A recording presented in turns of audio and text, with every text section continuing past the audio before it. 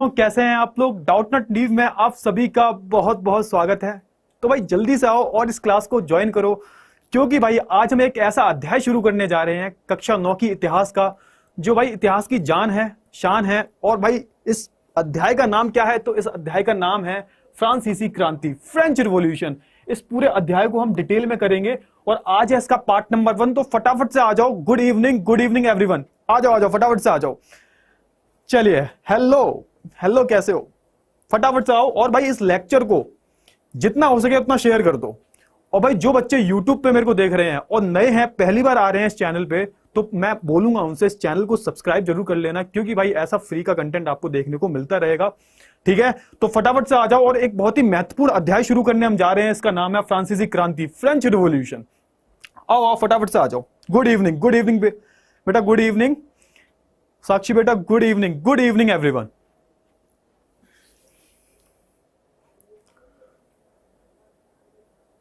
हाँ बिल्कुल बेटा। और एक बात और भाई, अगर ये लेक्चर पसंद आए तो लाइक जरूर करना, और अगर नए हो तो सब्सक्राइब भी कर लेना, ठीक है ना। और कुछ लिखने का मन करे तो कमेंट भी कर देना, ठीक है ना। चलिए तो शुरू करें, फटाफट से बताओ। 1 से 2 मिनट थोड़ा सा वेट करते हैं, जितने ज्यादा बच्चे आएंगे उतना ज्यादा पढ़ने में मजा आएगा। हेलो बेटा, हेलो, कैसे हो बेटा? पलक बेटा, hi, hello hello hello hello everyone. चलिए,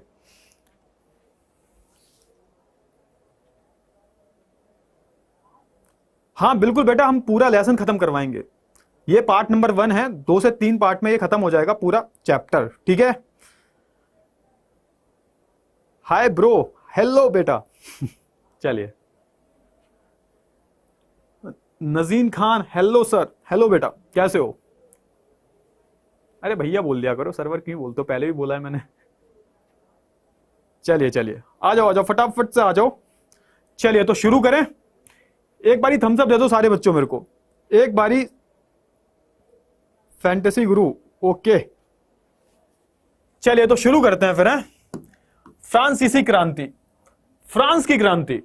चलिए तो भाई फ्रांस की क्रांति शुरू करने से पहले थोड़ा सा हम अध्याय के नाम पे आते हैं। फ्रांस क्या है? तो फ्रांस एक देश का नाम है। ये कहां पे है? तो भाई यूरोप जो महाद्वीप है वहां पे ये स्थित है, ठीक है। किसकी बात कर रहा हूं मैं बात कर रहा हूं फ्रांस की। और भाई क्रांति, क्रांति शब्द का अर्थ क्या होता है? पहले ये बताओ मेरे को, फटाफट से मेरे को कमेंट सेक्शन में बताओ कि भाई क्रांति जो शब्द है इसका मतलब क्या होता है। बताओ बताओ फटाफट से बताओ। गुड इवनिंग बेटा, गुड इवनिंग।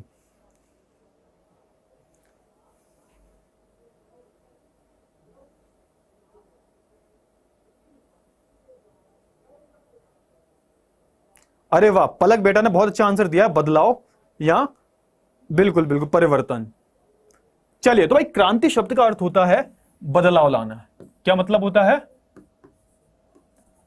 बदलाव लाना या फिर परिवर्तन करना, ठीक है। परिवर्तन या फिर बदलाव। अब भाई परिवर्तन और बदलाव ये किस चीज का है? तो भाई जो लोग हैं जब ये इकट्ठा होके परिवर्तन लाना चाहते हैं, बदलाव लाना चाहते हैं, किसके लिए भाई? किसको हटाना चाहते हैं? यहां पे परिवर्तन लाने की बात हो रही है, किसके लिए? तो भाई उस देश की जो सरकार है या फिर उस देश का जो राजा है, ठीक है, उसे बदलना चाहते हैं, उसमें परिवर्तन चाहते हैं, तो उसे हम क्या बोलते हैं? उसे हम बोलते हैं क्रांति। समझ में आ गया क्रांति शब्द का मतलब? जल्दी से बता दो।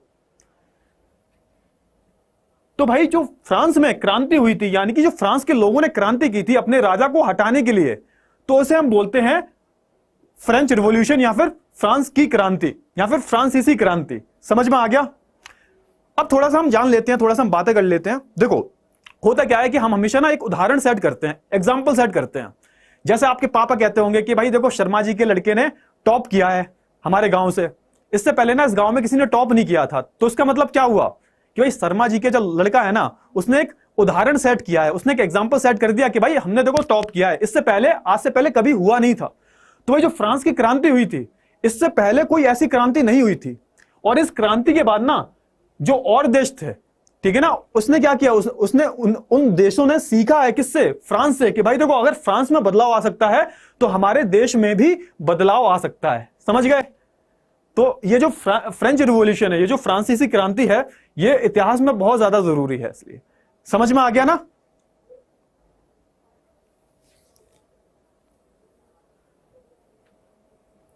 ठीक है, चलिए तो फिर आगे बढ़े, अपने अध्याय की शुरुआत करें। तो भाई सुनो, ध्यान से सुनो। तो आपका जो चैप्टर शुरू होता है कहां से होता है? तो भाई जब एनसीईआरटी आप खोलोगे तो एक कहानी बताई गई है।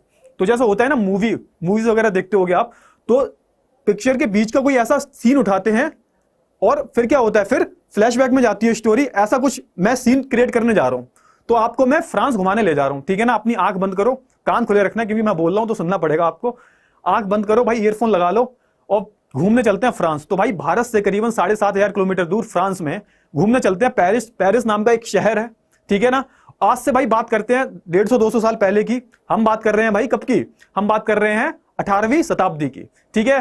तो होता क्या है भाई, सन 1789 में, ठीक है ना, सुबह सुबह क्या होता है भाई, 7 से 8 हजार लोगों की भीड़ जारी होती है इधर उधर पेरिस शहर में, इधर उधर भाग रही होती है। और भाई ऐसी किसी ने अफवाह उड़ा दी होती है कि भाई जो राजा है ना, उसने गोली चलाने के आदेश दिए अपने सिपाहियों को आम लोगों पे। ऐसी अफवाह उड़ी होती है। कहां पे भाई? पेरिस शहर में। एक बीच का सीन बता रहा हूं मैं आपको, फिर पूरा हम स्टोरी पढ़ेंगे, ठीक है ना। एक मूवी चल रही है और एक बीच का सीन चल रहा है। तो भाई यहां पे किसी ने अफवाह फैलाई होती है कि भाई जो राजा है ना, इसने आदेश दिए हैं अपनी सेना को कि भाई जाओ गोली चला दो आम लोगों पे। तो यहां पे इस वजह से अफरा तफरी मची होती है। तो करीबन 7 से 8 हजार लोग शहर में इकट्ठा हो जाते हैं और जाते हैं एक फोर्ट में। ये जो फोर्ट देख रहे हो ना, किला, इसका नाम होता है बेस्टिल किला होता है भाई। और भाई लोग इसकी घेराबंदी कर लेते हैं, इसके अंदर घुस जाते हैं और जितने भी कैदी होते हैं उन्हें छुड़ा लेते हैं। और होता क्या है भाई, और इसे तोड़ देते हैं। समझ में आ गया? और भाई ये बेस्टिल किला किसका प्रतीक होता है? तो भाई ये जो निरंकुश ये राजा होता है, इसकी ताकत का प्रतीक होता है ये। तो इस वजह से इस किले को तोड़ दिया जाता है और इसमें जितने भी कैदी होते हैं उन्हें बाहर निकाल दिया जाता है। और भाई इस किले का जो कमांडर होता है उसे भी मार दिया जाता है। अब भाई ये यहां पे स्टोरी हमारी रुक गई। अब आपके मन में एक प्रश्न आया होगा कि सर ये ऐसा क्यों हुआ, मतलब इसके पीछे की कुछ ना कुछ तो कहानी होगी। देखो हमेशा याद रखना बच्चा पार्टी, इतिहास में कोई भी चीज होती है, कोई भी इवेंट होता है, तो उसके पीछे का कोई ना कोई कारण होता है, ठीक है ना।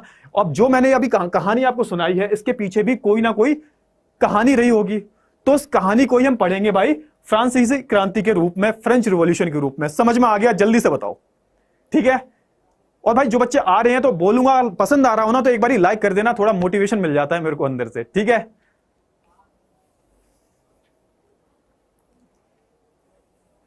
कोई बात नहीं, हमसे पढ़ लो बेटा, ये चैप्टर हो गया, कोई दिक्कत नहीं है भैया, हमने पढ़ा रहे हैं, हम थोड़ा अलग तरीके से पढ़ा रहे हैं, तो हमसे पढ़ लो एक बारी, ठीक है। चलिए, तो ये कहानी इतनी समझ में आई, ठीक है। अब होता क्या है भाई, सुनो, अब हम ये देख लेते हैं कि भाई आज हम क्या पढ़ने वाले हैं इस अध्याय में। तो सबसे पहले हम बात करेंगे फ्रांसीसी क्रांति के बारे में, थोड़ा सा और जानेंगे। फिर हम क्या बात करेंगे, फ्रांस की आर्थिक स्थिति। तो भाई देखो आर्थिक स्थिति क्या होती है, देखो अगर मान लो आपकी आर्थिक स्थिति होता है ना, आप बोलते हो कभी बोलते हो कि भाई हमारे घर की ना आर्थिक स्थिति ठीक नहीं है, यानी कि पैसे की कमी है। तो अगर किसी भी देश में आर्थिक स्थिति ठीक नहीं होती तभी क्रांति होती है। अब मान लो फ्रांस की अगर आर्थिक स्थिति ठीक होती तो यहां पे क्रांति क्यों होती? सबके पास पैसा होता, सब खुशी से रह रहे होते। तो यहां पे जो आर्थिक स्थिति थी उसकी वजह से कहीं ना कहीं क्या हुआ, उसकी वजह से कहीं ना कहीं क्रांति हुई, ठीक है ना। तो उसके कारण जानेंगे हम, और फिर हम जानेंगे जीने के संघर्ष। तो भाई उस टाइम के जो लोग थे, जो आम जनता थी फ्रांस की, वो कैसे संघर्ष कर रही थी आम जिंदगी जीने के लिए, ठीक है ना। ये 3 जो टॉपिक हैं वो हम डिटेल में कवर करने वाले हैं, ठीक है। समझ में आ गया ना? चलिए तो भाई एक बारी राम नाम बोल के आगे बढ़ते हैं। जल्दी से थम्स अप दे दो मेरे को फटाफट से, बिना किसी देरी के।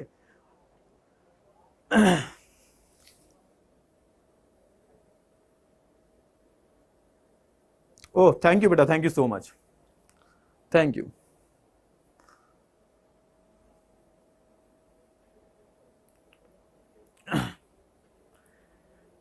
तो चलिए सबसे पहले हम शुरू करते हैं फ्रांसीसी क्रांति, थोड़ा सा जानते हैं, ठीक है ना।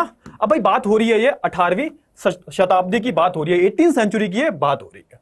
तो भाई जो फ्रांसीसी, अब मैं बात करूं फ्रांस का जो समाज था, फ्रांस की जो सोसाइटी थी, वो 3 भागों में डिवाइड थी, ठीक है। 3 वर्गों में विभाजित थी हमारी फ्रांस की सोसाइटी। अब ये 3 वर्ग कौन से थे? तो पहले वर्ग को बोलते थे हम प्रथम स्टेट, दूसरे वर्ग को बोलते थे हम द्वितीय स्टेट यानी कि सेकंड स्टेट, और तीसरे वर्ग को हम बोलते थे तृतीय स्टेट।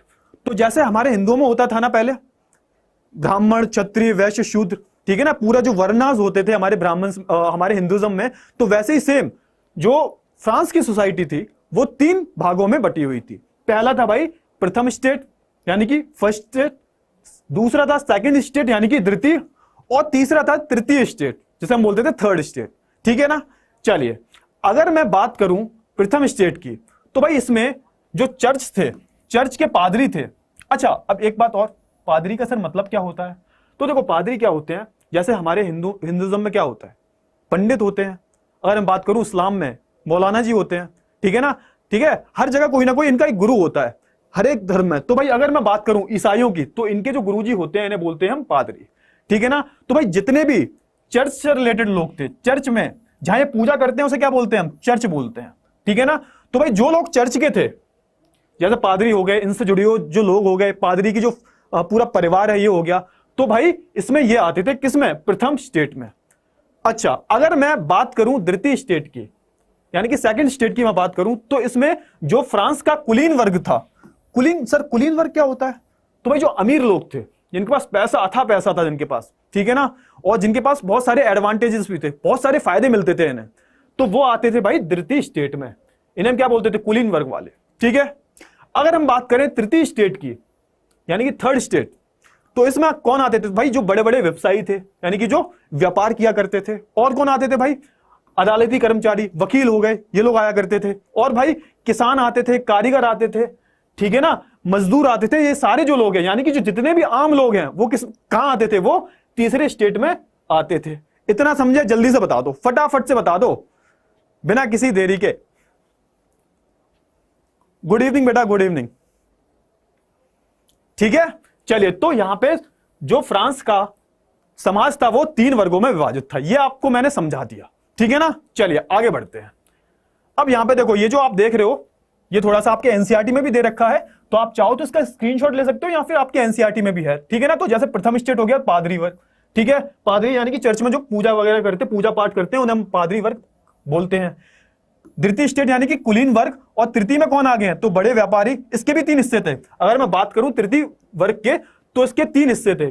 तो सबसे ऊपर कौन था इसमें? तो बड़े बड़े व्यवसायी हो गए, व्यापारी हो गए, अदालती कर्मचारी हो गए ये, फिर किसान और कारीगर। उसके बाद कौन आते थे? इसके बाद छोटे किसान और भूमिहीन मजदूर, यानी कि जिनके पास भूमि नहीं है, जो दूसरों की भूमि पे काम करते हैं।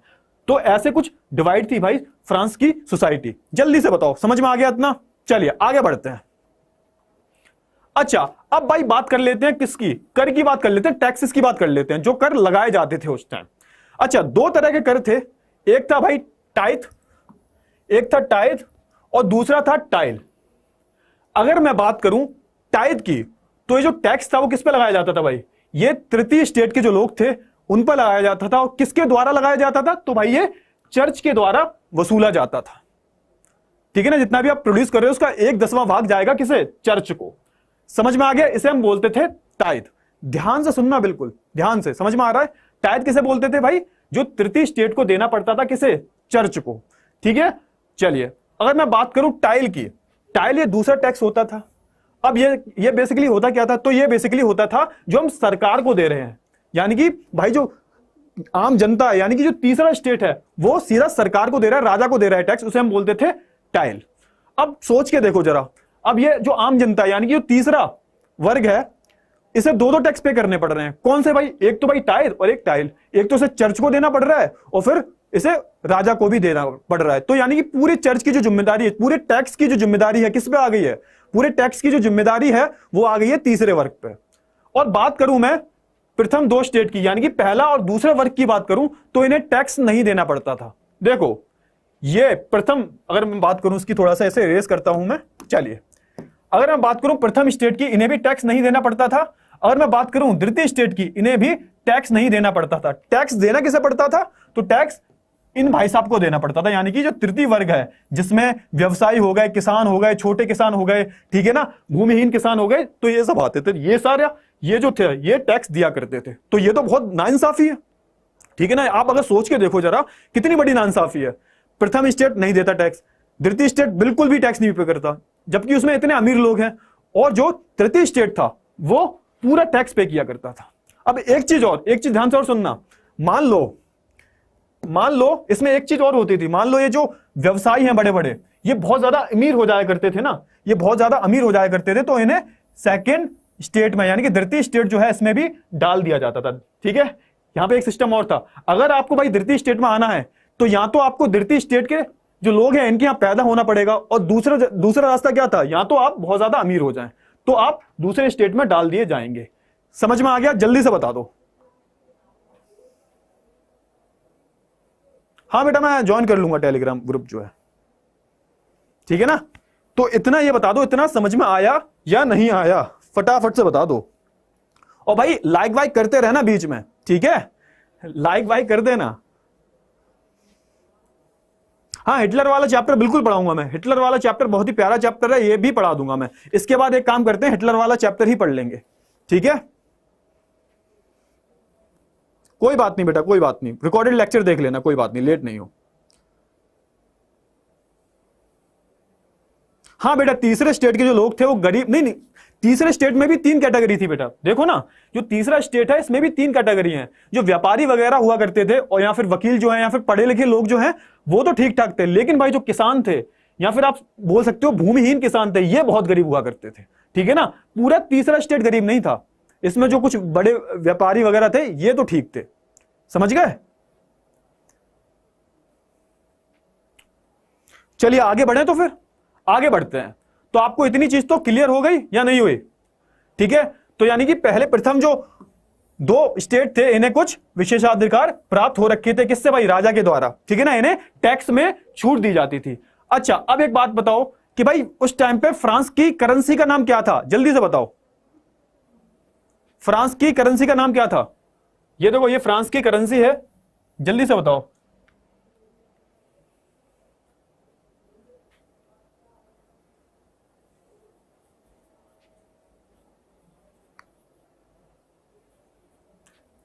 बताओ बताओ, फटाफट से बताओ, फ्रांस की करेंसी का नाम क्या था उस टाइम?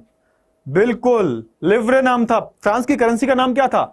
तो फ्रांस की करेंसी का नाम था लिवरे, जिसे 1794 में हटा दिया गया था। किसके द्वारा हटा दिया गया था? तो उनके बारे में भी हम बात करेंगे। उनका नाम था नेपोलियन बोनापार्ट नेपोलियन, ठीक है ना। उनके बारे में हम अलग से बात करेंगे। तो ठीक है, तो फ्रांस की करेंसी क्या थी भाई? लिवरे थी, जो चला करती थी, जिसे 1794 में हटा दिया गया था। तो इतनी सारी चीजें जो है वो याद रखनी है, ज्यादा फालतू का नहीं पढ़ना, जितना मैं बताता जाऊं उतना ही पढ़ते रहना, उससे बाहर कहीं आने वाला है नहीं, ठीक है। बिल्कुल, चलिए आगे बढ़ते हैं। अब बात कर लेते हैं भाई फ्रांस की आर्थिक स्थिति के बारे में। तो मैंने आर्थिक स्थिति के बारे में आपको ऑलरेडी बता दिया है। आर्थिक स्थिति क्या होती है? जैसे मैं आपसे बोलूं कि भाई मेरी आर्थिक स्थिति जो है ना वो ठीक नहीं है, इसका मतलब क्या है? इसका मतलब मेरे पास पर्याप्त मात्रा में धन नहीं है, ठीक है ना। मेरे पास पैसा नहीं है जिससे कि मैं अपना घर चला सकूं, ठीक है ना। तो वैसे ही हम पूरे देश की भी आर्थिक स्थिति के बारे में बात करते हैं। तो भाई यहां पे जो फ्रांस की आर्थिक स्थिति थी ना, वो बिल्कुल भी ठीक नहीं थी, ठीक है ना। तो देख लेते हैं सबसे पहले कि उसके कारण क्या थे। तो भाई होता क्या है, 1774 में लुई सोलवे जो होते हैं वो बनते हैं फ्रांस के राजा, फ्रांस की राजगद्दी पे बैठते हैं। अच्छा, एक मन में आपके सवाल आया है कि इन्हें लुई सोलवा क्यों बोलते हैं? लुई सोलवा क्यों बोलते हैं? मान लो हम हैं, ठीक है ना, मान लो हमारा नाम क्या है? हमारा नाम है, मान लो पांडे भैया, ठीक है, पांडे भैया नाम है हमारा, ठीक है। अब हुआ क्या भाई, मान लो हम राजा हैं, मान लीजिए हम राजा हैं, ठीक है। तो भाई हमारा जो लड़का होगा ये क्या बनेगा? पांडे 2, है ना, पांडे 2, पांडे प्रथम हम हैं, पांडे 2 कौन हो गया? हमारा लड़का। यानी कि जो हमारा पोता होगा उसे क्या बोलेंगे हम? इसे बोलेंगे हम पांडे 3, ठीक है ना। अब ऐसे करके फिर इसका जो लड़का होगा वो बनेगा पांडे 4। तो ऐसे करके भाई जब एक ही राजवंश से लोग आ रहे होते हैं ना, तो उनका नाम रख दिया जाता है 1 2 3 4 5 6। तो भाई ये कौन से लुई थे? ये 16वें लुई थे। समझ में आ गया? तो इस वजह से इन्हें बोला जाता है लुई 16वां, ठीक है। चलिए, तो भाई हुआ क्या, 1774 में भाई जो लुई 16वें थे ये फ्रांस की राजगद्दी पे बैठते हैं। और जब ये फ्रांस की राजगद्दी पे बैठे थे तो इनकी जो उम्र थी वो महज 20 वर्ष थी, 20 वर्ष थी इनकी उम्र, ठीक है ना। और ये किस राजवंश से बिलोंग करते थे भाई? ये बर्बन राजवंश से बिलोंग करते थे। राजवंश क्या होता है भाई? तो देखो, राजवंश यानी कि एक ही राज के जो वंश आ रहे हैं, यानी किसी एक फैमिली के ही लोग जो हैं राजा बनते जा रहे हैं, उन्हें हम बोलते हैं राजवंश, डायनेस्टी बोलते हैं इंग्लिश में, ठीक है ना। तो बर्बन नाम की डायनेस्टी थी, जैसे मुगल हो गए, मुगल डायनेस्टी हो गई, खिलजी डायनेस्टी हो गई, वैसे ही ये बर्बन डायनेस्टी से बिलोंग करते थे। समझ में आ गया? हाँ बेटा बिल्कुल, राजा का जो वंश होता है वही राजा बनता है आगे, ठीक है ठीक है। अब होता क्या है भाई, इनकी शादी हो जाती है। तो इनकी शादी होती है, ऑस्ट्रिया की एक राजकुमारी होती है, उनका नाम होता है मैरी एंटोनेट, ठीक है ना। इनसे इनकी शादी हो जाती है। अब होता क्या है कि भाई ये जो लुई 16वें होते हैं ना, ये काफी अकुशल होते हैं, इन्हें आता जाता नहीं है, कुछ पागल टाइप के होते हैं। और भाई सबसे बड़ी बात ये होती है कि जो उनकी बीवी होती हैं वो इनसे भी बड़ी बेवकूफ होती हैं। मतलब मियां बीवी दोनों एक जैसे होते हैं, इन्हें कुछ पता नहीं होता, कुछ भी नहीं पता होता कि राज्य को चलाना कैसे है। और ये महज 20 वर्ष की उम्र में ये बन जाते हैं राजा, ठीक है। होता क्या है भाई, अब यहां पे जब ये राजा बनते हैं तो इनका जो राजकोष होता है, यानी कि इनका भंडार होता है, धन भंडार होता है, ये इन्हें खाली मिलता है। इनकी जो तिजोरी होती है वो उसमें इन्हें कुछ भी नहीं मिलता। अब भाई तिजोरी में क्यों नहीं मिलता, क्योंकि होता क्या है भाई, क्योंकि जो फ्रांस होता है ना वो लंबे समय तक युद्धों में रहा था, इसने बहुत सारे देशों से युद्ध लड़े थे, इस वजह से इसकी तिजोरी जो थी वो खाली हो गई थी। दूसरा कारण यह था कि भाई जो राजा थे इनके, यानी कि इससे पहले जो राजा रहे थे, उनकी शान शौकत में हजारों लाखों करोड़ों रुपए उड़ाए जाते थे, उनकी सिर्फ शान शौकत में। एक तरफ जो तीसरा वर्ग था जो जिससे सारा कर्ज टैक्स लिया जाता था, दूसरी तरफ भाई ये राजा थे जो शान शौकत में पूरी अपनी दौलत उड़ा देते थे, ठीक है ना। इस वजह से इनकी तिजोरी खाली हुई थी।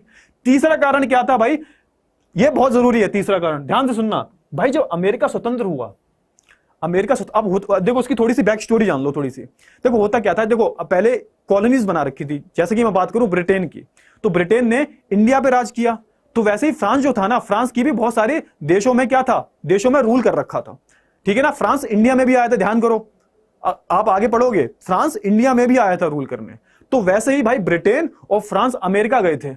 अब होता क्या है भाई, ब्रिटेन हरा देता है किसे, फ्रांस को, अमेरिका में। तो यहां पे फ्रांस बदला लेने के लिए, ध्यान से सुनना, फ्रांस बदला लेने के लिए क्या करता है, जो अमेरिका में लोग रहते हैं, अमेरिका की जो मूल निवासी होते हैं, उन्हें सपोर्ट करता है। कि क्या करता है भाई, उन्हें आजादी दिलवाता है, किससे, ब्रिटेन से, सिर्फ बदला लेने के लिए। तो यहां पे क्या होता है, यहां पे पैसा खत्म हो जाता है, किसका भाई, फ्रांस वालों का, ठीक है ना। यहां पे कर्जे में आ जाते हैं, तो इस वजह से इनकी जो तिजोरी होती है वो खाली हो जाती है। और भाई आखिरी कारण क्या है कि भाई जनसंख्या, जो फ्रांस की जो जनसंख्या होती है ना वो बहुत ज्यादा बढ़ जाती है, इस वजह से इनकी जो तिजोरी होती है वो खाली मिलती है। और ये जो प्रश्न है ये किसमें आता है, ये एग्जाम में भी आ जाता है भाई, ठीक है ना। कि भाई जो राजा लुई 16 जब राजा बने तो इनकी तिजोरी इन्हें क्यों खाली मिली। तो आपको ये 4 कारण लिख देने हैं बिना किसी संकोच के। जल्दी से बताओ, समझ में आ गया।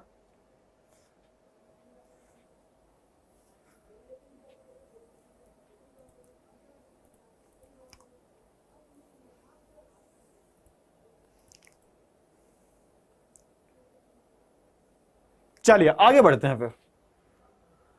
अब क्या हुआ भाई, अब भाई जब हुआ ये, जब अमेरिका के साथ ये लड़ाई में शामिल हुए, अमेरिका को आजादी दिलवाने के लिए ये लड़ाई में शामिल हुए, होता ये है कि भाई इनके पास कर्जा हो जाता है। ये ठीक है, ये 10 अरब लिवरे का भाई क्या ले लेते हैं, कर्ज चुकाना पड़ता है इन्हें भाई। अब ठीक है, समझ में आया, 10 अरब लिवरे का इनके पास कर्ज आ जाता है। अब क्या होता है भाई, इससे पहले इनके पास 2 अरब लिवरे का कर्ज पहले से इन्हें चुकाना था, तो इतना सारा इन्होंने कर्जा ले रखा था, ठीक है ना। अब होता क्या है भाई, इन सबका ठीक है ना, इन सबकी भरपाई करने के लिए, जितना भी कर्जा ले रखा था, इन सबकी भरपाई करने के लिए यहां पे क्या होता है, यहां पे टैक्स बढ़ा दिया जाता है। यहां पे जो लुई 16 होते हैं ये क्या कर देते हैं, ये टैक्स बढ़ा देते हैं।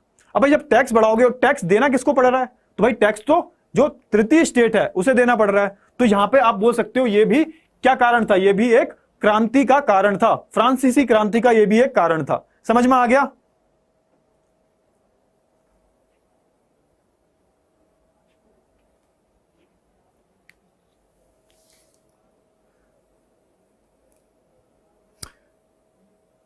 चलिए आगे बढ़ते हैं फिर, आगे बढ़े, फटाफट से बता दो।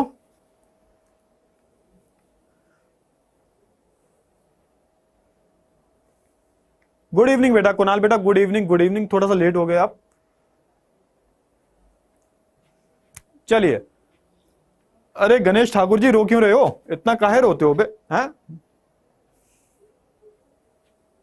चलिए आगे बढ़ते हैं। अब यहां पे ठीक है ना, इतनी स्टोरी समझ में आई।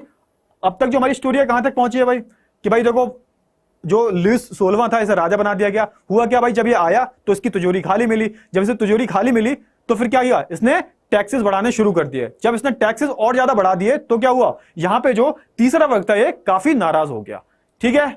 चलिए अब भाई यहाँ पे एक नया टॉपिक जो है वो है जीने का संघर्ष। भाई जो स्ट्रगल हो रहा है लोग जीने के लिए, अब भाई जीने के संघर्ष से मतलब क्या है भाई? तो यहाँ पे होता है क्या है कि भाई जो तीसरा वर्ग होता है ये बहुत ज्यादा गरीब होता है, ठीक है ना। ऊपर से जो टैक्सेस होते हैं बढ़ जाते हैं, तो यहाँ पे ऊपर से क्या था, ऊपर से जो पॉपुलेशन होती है फ्रांस की जो पॉपुलेशन होती है ये भी बढ़ जाती है। तो भाई ये अगर मैं बात करूं 1715 की, जहां पे फ्रांस की जो पॉपुलेशन होती है वो होती है लगभग 2.3 करोड़, वहीं ये बढ़ के 1789 में हो जाती है 2.8 करोड़। तो यहां पे जब पॉपुलेशन बढ़ गई, ठीक है ना, पॉपुलेशन तो बढ़ गई है, लेकिन भाई क्या है, सप्लाई तो उतनी है ना, सप्लाई तो बढ़ी नहीं है, पॉपुलेशन उतनी है, तो यहां पे क्या होगा भाई, खाने पीने की कमी आएगी, ठीक है ना। अनाज उत्पादन की तुलना में उसकी मांग काफी तेजी से बढ़ गई। अधिकांश लोगों के मुख्य खाद्य पाव रोटी की कीमत भी तेजी से बढ़ने लगी। अब देखो वहां पे लोग क्या खाते हैं, जैसे हम लोग यहाँ पे रोटी वगैरह खाते हैं ना, वहां पे पाव रोटी खाते हैं, पाव जो पाव आता है ना, पाव यहाँ पे भी खाते हैं कुछ, लेकिन वहां पे उनका डेली यही खाना होता है, पाव रोटी। तो इसके दाम बहुत बढ़ गए। दाम क्यों बढ़ गए भाई? क्योंकि सप्लाई नहीं थी, सूखा पड़ गया था, ठीक है ना, सूखा भी पड़ गया था बहुत जगह पे, तो सप्लाई उतनी थी नहीं, पॉपुलेशन बहुत ज्यादा थी। इस वजह से क्या हुआ कि भाई रोटी के दाम भी बहुत ज्यादा बढ़ गए थे, ऊपर से जो कर था वो भी बहुत ज्यादा बढ़ गया था। अब सोचो भाई कि यहां पे जो तीसरा वर्ग है कितना परेशान होगा। अगर मुख्य रूप से मैं बात करूं किसानों की, जो छोटे मोटे मजदूर हैं या फिर जो भूमिहीन किसान हैं, उनकी जो समस्याएं हैं बहुत ज्यादा बढ़ गई थी, ठीक है। चलिए अब यहां पे क्या हुआ, अब भाई जो मजदूर थे, अब मजदूर की समस्या क्या थी कि भाई देखो महंगाई बढ़ रही है, यानी कि हमारा जो इन्फ्लेशन है वो बढ़ रहा है, लेकिन उनकी सैलरी तो उतनी है ना।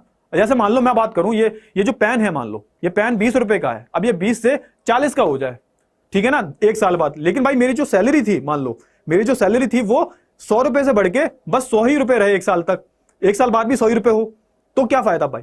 फायदा नहीं है ना कुछ भी, सैलरी उतनी है और महंगाई बढ़ गई है। तो यहां पे ये हो रहा था कि मजदूर थे ना, इनकी सैलरी बहुत कम थी, इनकी जो वेतन था इनका बहुत कम था, लेकिन भाई हुआ क्या, लेकिन यहां पे चीजों के दाम बहुत ज्यादा बढ़ गए थे। तो यहां पे बोल सकते हो यहां पे लोगों को जीने के लिए संघर्ष करना पड़ रहा था।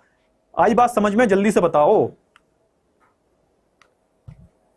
सर, ज्योग्राफी का जल्दी से करवा दीजिएगा। अरे बेटा जल्दी, बिल्कुल करवा देंगे, 14 को एग्जाम है, ठीक है। तो ये बताओ ज्योग्राफी का कौन सा चैप्टर करवाना है, ये बताओ पहले।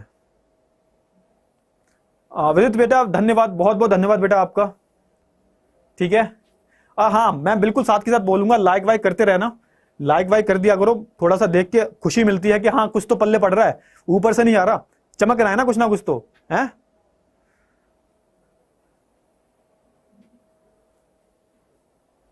सेकंड चैप्टर जनसंख्या, ओके ठीक है ठीक है ठीक है, चलिए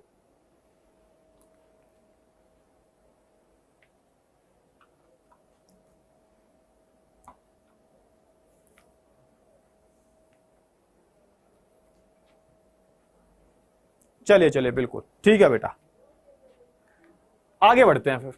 अब हुआ क्या भाई, यहां पे जब टैक्सेस बढ़ा दिया, टैक्सेस तो बढ़ गए थे ऑलरेडी, फलस्वरूप हुआ क्या भाई, अमीर और गरीब की जो खाई थी वो और ज्यादा चौड़ी हो गई। अब एक बात बताओ, देखो टैक्सेस कैसे देने पड़ रहे हैं, जो तीसरा वर्ग है वो टैक्स दे रहा है, तो यहां पे जो प्रथम स्टेट है और जो द्वितीय स्टेट है, अब इसे तो टैक्स पे नहीं करना पड़ रहा है ना, ये तो निश्चिंत है। तो यहां पे अमीरी और गरीबी की जो बीच की जो भाई गैप था ये बहुत ज्यादा बढ़ गया, ठीक है। अब होता क्या है भाई, जो स्थिति होती है वो बस से बदतर हो जाती है। ऊपर से क्या होता है, ऊपर से भाई सूखा पड़ जाता है, ठीक है ना, सूखा पड़ जाता है, पैदावार ज्यादा होती नहीं है, तो रोटी की दिक्कत होने लगती है। इससे क्या होता है, इससे भाई जो जीविका होती है ना वो संकट में आ जाती है। इसे हम इंग्लिश में एक टर्म यूज होता है बेसिकली, निर्वाह संकट बोलते हैं इसे इंग्लिश में क्या बोलते हैं, सब्सिस्टेंस क्राइसिस बोलते हैं इसे। ये एक ऐसी सिचुएशन होती है, किसी ने एक डाउट पूछा था कि भाई निर्वाह संकट क्या होता है, जीविका संकट क्या होता है, तो इसमें होता है इसे इंग्लिश में बोलते हैं, इंग्लिश में याद रखना है इसे, इंग्लिश में इसे बोलते हैं सब्सिस्टेंस क्राइसिस। अब इसमें होता क्या है भाई, जब खाने पीने की कमी होती है, ठीक है ना, जब खाने को लोगों के पास कुछ भी नहीं होता, तो इसे हम बोलते हैं जीविका संकट, यानी कि आपके पास जीवन जीने के लिए भी ना, ठीक है, कुछ खाने पीने को है भी नहीं, इस वजह से आपके जीवन पर संकट आ रहा है, तो इसे हम क्या बोलते हैं, इसे हम बोलते हैं जीविका संकट, ठीक है ना, यानी कि सब्सिस्टेंस क्राइसिस।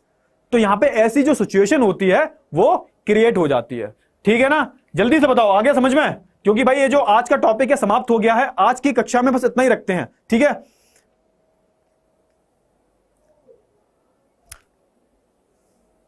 जल्दी से बताओ, तो भाई एक बारी रिवाइज कर लेते हैं, फिर से थोड़ा सा रिवाइज करते हैं, जल्दी से बताओ।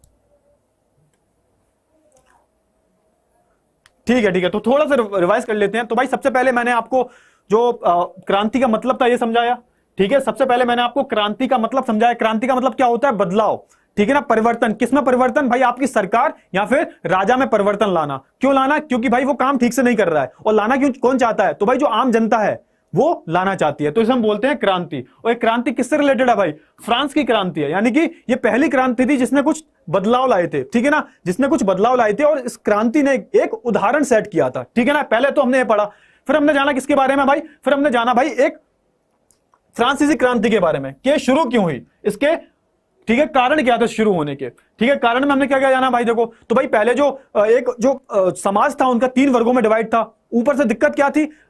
डिवीजन की कोई दिक्कत नहीं थी, लेकिन यहां पे जो टैक्स था वो किसे चुकाने पड़ते थे? वो तृतीय वर्ग को चुकाने पड़ते थे, ठीक है। फ्रांस की जो आर्थिक स्थिति थी वो बिल्कुल भी ठीक नहीं थी। क्यों ठीक नहीं थी भाई? क्योंकि भाई यहां पे जो राजा थे लुई 16, ये अकुशल थे, इन्हें कुछ आता नहीं था। मैं जल्दी जल्दी रिवाइज करवा रहा हूं, ध्यान से सुन लेना। अकुशल थे, इन्हें कुछ आता नहीं था, ठीक है। फिर होता क्या है, जब ये आते हैं तो इन्हें पता चलता है भाई इनकी जो तिजोरी है वो खाली है। क्यों? क्योंकि भाई देखो इनसे पहले जो राजा महाराजा आए थे उन्होंने शान और शौकत में वो सारा खजाना खत्म कर दिया, ठीक है। ऊपर से उन्होंने युद्ध बहुत सारे लड़े, अमेरिका को आजादी दिलवाने के लिए जो भी उन्होंने कर्जा लिया वो, ठीक है। और ऊपर से क्या था? ऊपर से जो पॉपुलेशन थी, यानी कि जनसंख्या जो थी वो बहुत ज्यादा बढ़ गई थी, ठीक है ना। ये सारे कारण थे। फिर हमने क्या देखा भाई? फिर हमने देखा भाई टैक्सेस के बारे में, कि भाई टाइथ और टाइल 2 टैक्सेस होते थे। टाइथ क्या होता था भाई? जो धर्म के नाम पे टैक्स लिया जाता था, किसके द्वारा? पादरी के द्वारा, चर्च के द्वारा, ठीक है ना। और ये सब किसे देना पड़ता था? ये जो टैक्स था वो तीसरे स्टेट को देना पड़ता था, तृतीय स्टेट को। अगर बात करूं टाइल की, ये क्या था भाई? ये प्रत्यक्ष रूप से लिया जाता था, यानी कि डायरेक्ट टैक्स था जो राजा लेता था, किससे? जनता से। तो भाई ये जो जनता थी, यानी कि तीसरा जो वर्ग था, ये इसे 2 लोगों को टैक्स देना पड़ता था, एक चर्च को और एक राजा को, ठीक है ना। तो ये भी बहुत दिक्कत थी। अब हमने क्या पढ़ा इसके बारे में? फिर आर्थिक स्थिति के बारे में बात कर ली थी हमने। फिर भाई जो यहां पे जीने का संघर्ष में हमने क्या देखा कि भाई देखो सूखा पड़ गया था, पैदावार ज्यादा हुई नहीं थी। फिर क्या हुआ भाई? ऊपर से टैक्सेस बढ़ा दिए थे, लोगों के पास खाने को कुछ भी नहीं था। तो यहां पे क्या हुआ? यहां पे एक सिचुएशन डेवलप हो गई। इसे हमने बोला क्या बोला भाई? जैसे हमने एक नाम दिया, जैसा बोला गया निर्वाह संकट, ठीक है ना, या फिर जीविका संकट, सबसिस्टेंस क्राइसिस। इससे क्या हुआ भाई? लोगों के अंदर जो गुस्सा भरा था वो भड़क गया और भाई ये ज्वालामुखी के रूप में फटा, और उसे हम बोलते हैं फ्रेंच रिवॉल्यूशन, फ्रांसीसी क्रांति। अगर मैं बात करूं मध्यम वर्ग की, तो एक नया वर्ग उभर के आया, जिसे हम नाम दिया गया मध्यम वर्ग। इसे इंग्लिश में बोलते हैं मिडिल क्लास। आप भी आजकल ये जो वर्ड है सुनते होंगे। हम सब क्या है? हम सब मिडिल क्लास से तो है ना भाई। देखो हमारे पास ऐसा भी नहीं है खाने को कुछ भी नहीं हो, या फिर हमारे पास ऐसा भी नहीं है कि हमारे पास बड़े बड़े हमारे फ्लैट्स हो, अपार्टमेंट्स हो, ठीक है ना, फार्म हाउसेज हो, ऐसा भी नहीं है। अब ऐसा भी नहीं है कि भाई हम भूखे मर रहे हो। तो हम कैसे हैं? हम बीच के हैं, ठीक है ना। हमारे पास खाने को भी है सब कुछ, ठीक है ना, हम अच्छे से जी रहे हैं, लेकिन भाई हम बहुत ज्यादा अमीर भी नहीं है और बहुत ज्यादा गरीब भी नहीं है। तो ऐसे वर्ग को हम क्या बोलते हैं? तो भाई ऐसे वर्ग को हम बोलते हैं मध्यम वर्ग, यानी कि मिडिल क्लास, ठीक है ना। आपने सुना होगा, बहुत सारे लोगों को बोलते हुए सुना होगा कि यार हम तो मिडिल क्लास फैमिली से हैं, यानी कि हम मध्यम वर्ग परिवार से हैं, ठीक है। तो ऐसा यहां पे फ्रांस में भी हुआ।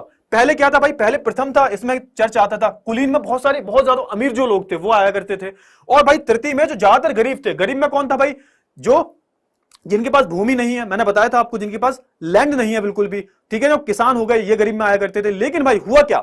होता यह है कि भाई जब इंडस्ट्रियलाइजेशन शुरू होता है, ठीक है ना, जब औद्योगिक क्रांति आती है, तो होता यह है कि लोग यहां पे होते हैं, जो गरीब लोग होते हैं ना, ये पढ़ लिख जाते हैं, ठीक है ना, ये व्यापार करने लगते हैं। और होता क्या है? ये मिडिल क्लास में आने लगते हैं, ठीक है ना बहुत ज्यादा गरीब ना फिर बहुत ज्यादा अमीर। समझ में आ गया? जल्दी से बताओ। तो ये होता है भाई मध्यम वर्ग, यानी कि मिडिल क्लास। फटाफट से बता दो।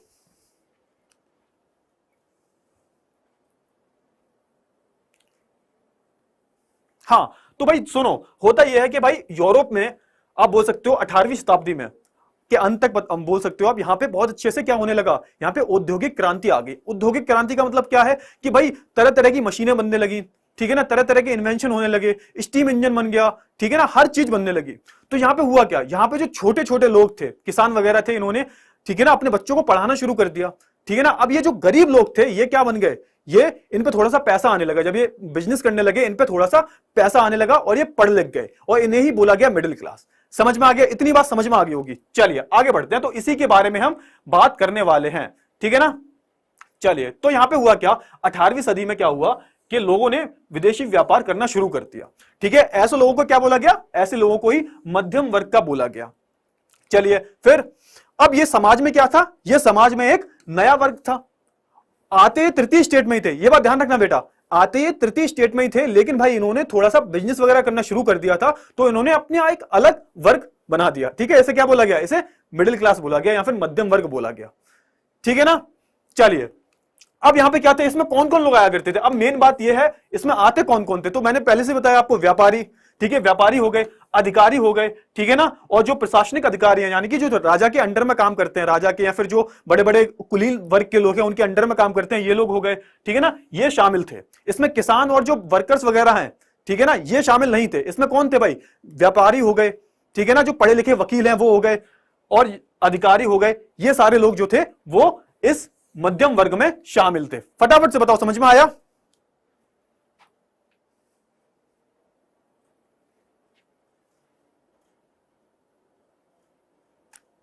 अरे बेटा योगेंद्र बेटा, जिसका मन करे उसका देख लिया करो, जिसका अच्छा लगे, समझ में आना चाहिए, देखो बस, ठीक है ना, बस समझ में आना चाहिए।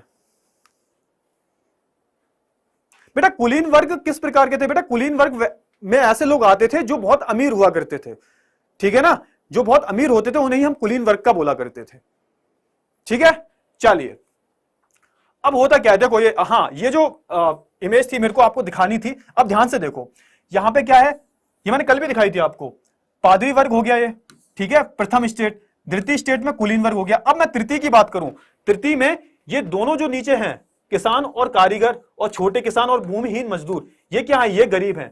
अगर मैं इनकी बात करूं, बड़े व्यापारी, अदालती कर्मचारी, इन्हें किस में डाल दिया गया, इन्हें ही डाल दिया गया मध्यम वर्ग में। ठीक है, मध्यम वर्ग में इन्हें ही डाल दिया गया। ये देखो, ये जो ऊपर वाला जो है ना, इतने को आते ये भी तृतीय में थे, लेकिन भाई कुछ बदलाव देखने को मिले। जैसे कि मैंने आपको बताया, औद्योगिक क्रांति हुई तो यहां पे जो लोग थे वो थोड़ा सा व्यापार करने लगे, पढ़ लिख गए, और यहां पे इन्हें बोला गया मध्यम वर्ग। ठीक है ना, चलिए आगे बढ़ते हैं। अब होता क्या है भाई, देखो अब यहां पे होता क्या है, टैक्स और भोजन की कमी के विरोध में किसान और मजदूर ने कई आंदोलन किया। अब ऐसा नहीं था कि 1779 में जो क्रांति हुई थी वो पहली बार हुई थी, 1779 से पहले भी कई सारी क्रांति हुई थी।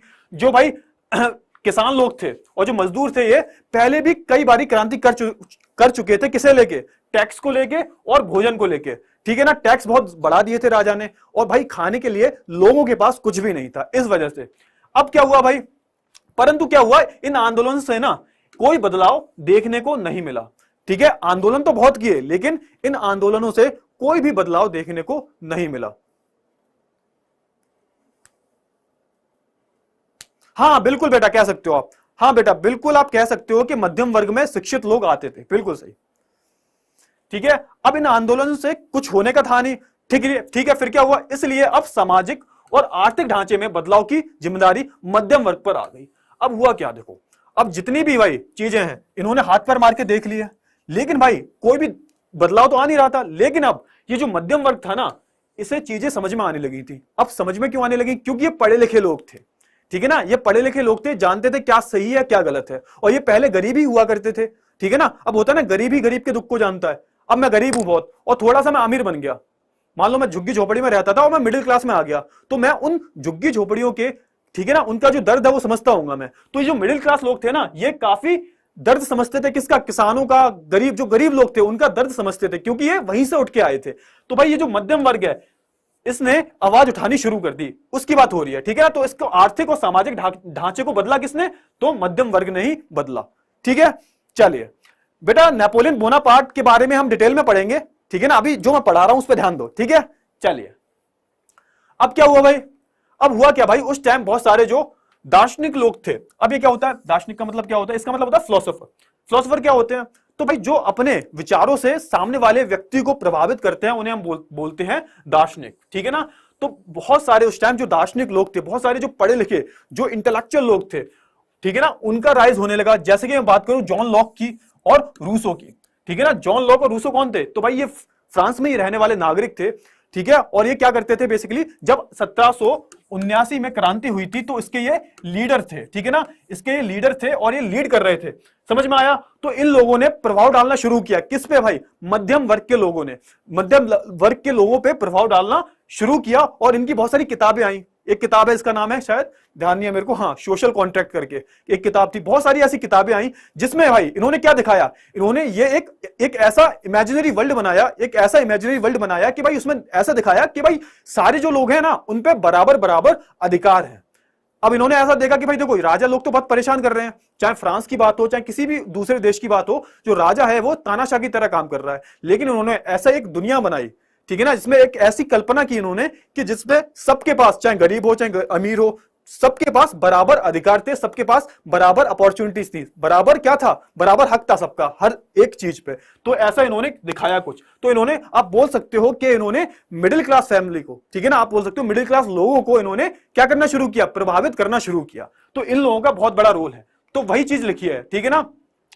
अब यहां पे क्या है, इन्होंने परिकल्पना की, ठीक है ना, कि एक ऐसा राज हो जहां पे समान कानून हो और समान अवसर दिए जाएं लोगों को। समझ में आ गया? ठीक है, चलिए। दार्शनिकों और राजनीतिक चिंतकों के विचार किताबों के माध्यम से लोगों तक पहुंचाए गए। अब एक बात और है, अब मान लो मिडिल क्लास लोग तो पढ़े लिखे थे, लेकिन जो किसान वगैरह थे और जो वर्कर्स वगैरह थे पढ़े लिखे बिल्कुल भी नहीं थे। तो भाई जो मिडिल क्लास लोग थे ना, वो इन लोगों को पढ़ाया करते थे, वो इन लोगों को प्रभावित किया करते थे। फॉर एग्जाम्पल मान लो मैं पढ़ा लिखा हूं, ठीक है ना, तो मैंने कोई एक किताब पढ़ी, वो किताब इनकी थी। अब वो किताब पढ़ के मैं आगे अपना संदेश दूंगा, सामने वाले लोग जो पढ़े लिखे नहीं है उन्हें मैं समझाने की कोशिश करूंगा कि देखो भैया, ये जो राजा है ना ये बेवकूफ बना रहा है, और ये ऐसे ही बेवकूफ बनाता रहेगा जब तक आप शांत रहोगे। तो उठो और आवाज उठाओ। तो ऐसा कुछ ये जो फिलोसफर्स थे ना, इन्होंने प्रभावित करना शुरू किया लोगों को, स्पेशली जो मध्यम वर्ग के लोग थे उन्हें। समझ में आ गया? जल्दी से बताओ। चलिए आगे बढ़ते हैं। अब क्या होता है, अब यहां पे इसी बीच क्या होता है, ये सारी चीज चल रही होती है ना, तो इसी बीच एक बात फैल जाती है। बात क्या फैल जाती है कि भाई जो लुई सोल्वा है ना, ये और ज्यादा टैक्स बढ़ाना चाहता है। ये जो लुई सोल्वा है ना, ये और ज्यादा टैक्स बढ़ाना चाहता है। एक ऐसी अफवाह उड़ गई, ठीक है, ऐसी बात फैलने लगी। अब भाई हुआ क्या, जैसे ही लोगों को पता चला कि भाई टैक्स फिर से बढ़ने वाला है, तो यहां पे लोगों को गुस्सा आने लगा, ठीक है ना। लोग सरकार और उनकी नीतियों के विरोध में सुर उठाने लगे, आवाज उठाने लगे। अब यहां पे लोग जो थे, अब क्योंकि लोग भी प्रभावित हो चुके थे, ठीक है ना, अब मिडिल क्लास फैमिली जो आ गई थी, मिडिल क्लास जो वर्ग था वो आ गया था। तो इनसे क्या हुआ, इनसे भाई जो लोग थे ना, अब उन्होंने आवाजें उठाना शुरू कर दी। किसके खिलाफ? राजा के खिलाफ, ठीक है। इतना समझ में आया? जल्दी से बता दो, जल्दी से बता दो, फटाफट से बता दो।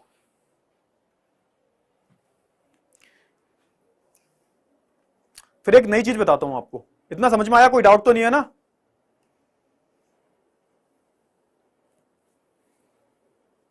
चलिए बहुत अच्छी बात है, आगे बढ़े। ठीक है, ठीक है। अब होता क्या है, ध्यान से सुनना, अब ध्यान से सुनना, होता क्या है, देखो यहां पे एक टर्म यूज हो रहा है, स्टेट जर्नल। अब मान लो राजा को कोई भी टैक्स बढ़ाना होता था, तो राजा अपनी मर्जी से टैक्स नहीं बढ़ाता था, उसका अधिकार नहीं था कि राजा अपनी मर्जी से टैक्स बढ़ा दे। अब होता क्या था, यहां पे से एक मीटिंग बुलानी पड़ती थी जिसे बोलते थे स्टेट जर्नल। और भाई लास्ट टाइम जो मीटिंग हुई थी वो हुई थी कब? वो हुई थी 1614 में। करीबन 100-150 साल हो गए थे, 150 साल से कोई मीटिंग हुई नहीं थी, ठीक है ना। लेकिन हुआ क्या भाई, जनता का प्रेशर था, अब राजा अपने मन से टैक्स नहीं बढ़ा सकता था।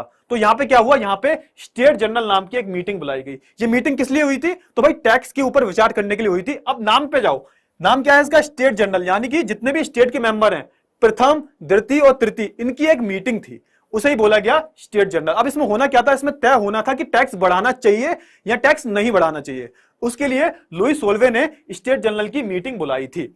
और हां एक चीज और, ये जो मीटिंग बुलाने का पूरा अधिकार होता था वो किस पे होता था? वो पूरा राजा पे ही होता था, तानाशाह पे ही होता था कि भाई वो मीटिंग बुलाएगा या नहीं बुलाएगा। ये पूरा किसका था? तानाशाह का था, यानी कि लुई सोल्वे का था। तो ये मीटिंग बुलाई गई, कब बुलाई गई भाई? तो 5 मई 1779 में ये जो मीटिंग है वो बुलाई गई स्टेट जनरल की। अब इसमें कितने प्रतिनिधि थे? तो भाई इसमें टोटल 1200 प्रतिनिधि थे। अब इसे ध्यान से सुनना, समझ के सुनना थोड़ा सा, ठीक है ना। मान लो 1200 प्रतिनिधि थे, इसमें से जो प्रथम स्टेट के लोग थे वो कितने थे? वो थे 300, ठीक है ना। अगर मैं द्वितीय की बात करूं, द्वितीय में कितने थे? इसमें भी 300 प्रतिनिधि थे। और अगर मैं बात करूं तृतीय की, तो इसमें थे करीबन 600 लोग, ठीक है ना। 600 लोग थे इसमें, इसमें 300, इसमें 300 और इसमें 600, तो टोटल कितने हो गए? टोटल हो गए 1200। समझ में आया? अब सुनो, यहां पे हुआ क्या, यहां पे वोटिंग सिस्टम चलता था, ठीक है ना, ऐसे तीनों स्टेट के लोग हैं और जो वोट देगा, जिसके वोट ज्यादा होंगे तो वो जो चीज है वो पास हो जाएगी।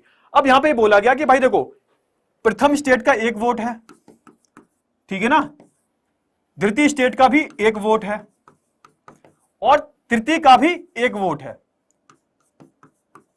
अब आप सोच के देखो, ये तो 300 लोग हैं, इनका मिला के एक वोट बनना है, और ये 300 लोग हैं, इनका बना के भी एक वोट मिल रहा है, और ये 600 जो लोग हैं उनका मिला के कितना बनना है, उनका भी एक वोट ही बनना है। अब मान लो वोटिंग हुई तो क्या होगा, प्रथम और द्वितीय वाले तो एक तरफ हो जाएंगे। क्यों? क्योंकि भाई इन्हें तो कर पे करना ही नहीं पड़ता, ये तो राजा की तरफ है ना, इन्हें तो कर देना ही नहीं पड़ता। तो भाई क्या होगा, तो यहां पे 2-1 से क्या हो जाएगा, यहां पे जो लोग हैं ये, यानी कि ये जो प्रस्ताव है टैक्स वाला, ये पारित हो जाएगा। समझ में आया? तो यहां पे क्या हुआ, यहां पे जो तृतीय स्टेट के जो लोग थे, तृतीय स्टेट के लोग थे, उन्होंने बोला ये तो गलत बात है। कैसे गलत बात है भाई? क्योंकि भाई हमारे पास तो हमारे जो 600 लोग हैं, इन्हें एक वोट एक काउंट किया जा रहा है, एक, और इन लोगों को एक काउंट किया जा रहा है। तो भाई ऑब्वियस सी बात है, ये दोनों ही जीत जाएंगे, इनके वोट ज्यादा होंगे और ये जो प्रस्ताव पारित हो जाएगा। तो इन्होंने बोला कि भाई हर प्रतिनिधि को एक वोट देना चाहिए। समझ में आया? हर प्रतिनिधि का एक वोट होना चाहिए, यानी कि 600 जो लोग हैं, 600 का एक वोट होना चाहिए, इन 300 का एक वोट होना चाहिए, ऐसा मांग रखी गई। लेकिन भाई इस मांग को खारिज कर दिया गया, किसके द्वारा? लुई सोल्वे के द्वारा। समझ में आ गया? जल्दी से बताओ, फटाफट से बताओ।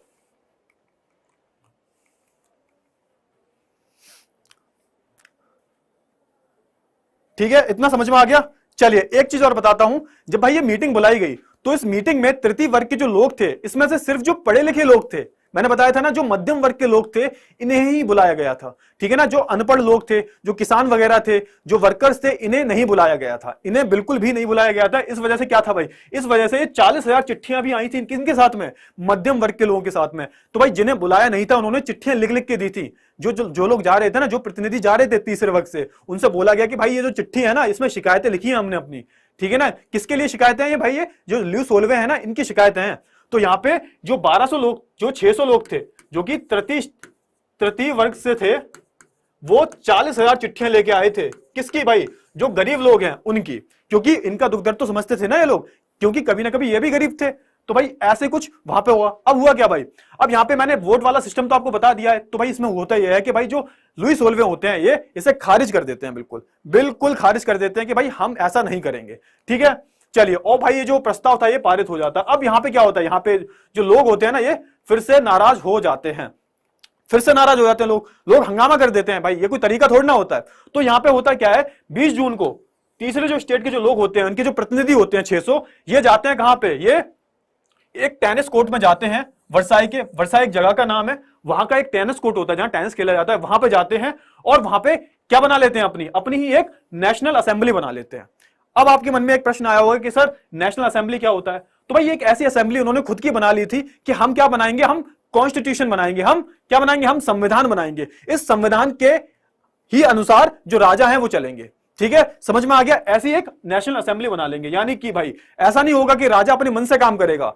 जो भाई लॉ लिखे जाएंगे, जो भी कानून बनाए जाएंगे, राजा को उसके हिसाब से चलना पड़ेगा। समझ में आ गया? इसे बोला गया भाई नेशनल असेंबली। ठीक है, अब इन्होंने क्या बोला कि उन्होंने बोला कि जब तक कि एक नया संविधान तैयार नहीं होगा, वहां से नहीं हटेंगे। जब तक एक नया संविधान तैयार नहीं होगा, ये लोग वहां से नहीं हटेंगे, ऐसा इन्होंने डिक्लेयर कर दिया। जल्दी से बताओ, इतना समझ में आ गया? बेटा महिलाओं को, हाँ बिल्कुल भी, हाँ एक चीज बताना भूल गया, यहां पे महिलाओं को भी बिल्कुल अधिकार नहीं था। ठीक है ना, तो कोई भी महिला शामिल नहीं थी इस ये स्टेट की जो असेंबली हुई थी, इसमें कोई भी महिला शामिल हुई थी। महिला को जो राइट्स हैं वो बहुत बाद में मिले हैं। ठीक है ना, महिला को तो स्टार्टिंग में कोई हक नहीं था, ना वोट डालने का हक था, ना फिर कोई डिसीजन लेने का हक था, कोई हक नहीं था महिलाओं को। ठीक है बेटा, जैकोबिन क्लब के बारे में मैं आगे बताऊंगा आपको। ठीक है ना, अगले लेक्चर में पढ़ेंगे जैकोबिन क्लब के बारे में। इतना बता दो, समझ में आ गया या नहीं आया? हाँ बिल्कुल बेटा, अब हाँ महिलाओं को 1946 में वोटिंग राइट मिला है। वोटिंग राइट तो बहुत बाद में मिला है महिलाओं को।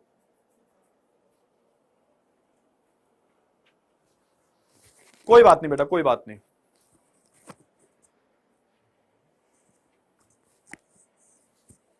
चलिए आगे बढ़ते हैं फिर, है ना। तो ऐसा कुछ इन्होंने एक ड्राफ्ट तैयार किया था कॉन्स्टिट्यूशन का। ठीक है ना, ये देख रहे हो आप? चलिए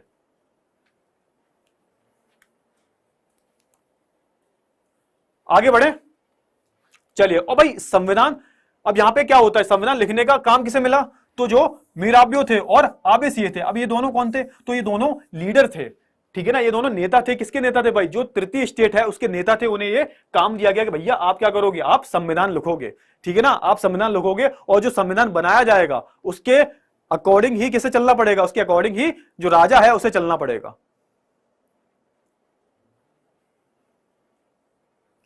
ठीक है, चलिए आगे बढ़ते हैं। अब हुआ क्या, उस साल एक चीज और हुई।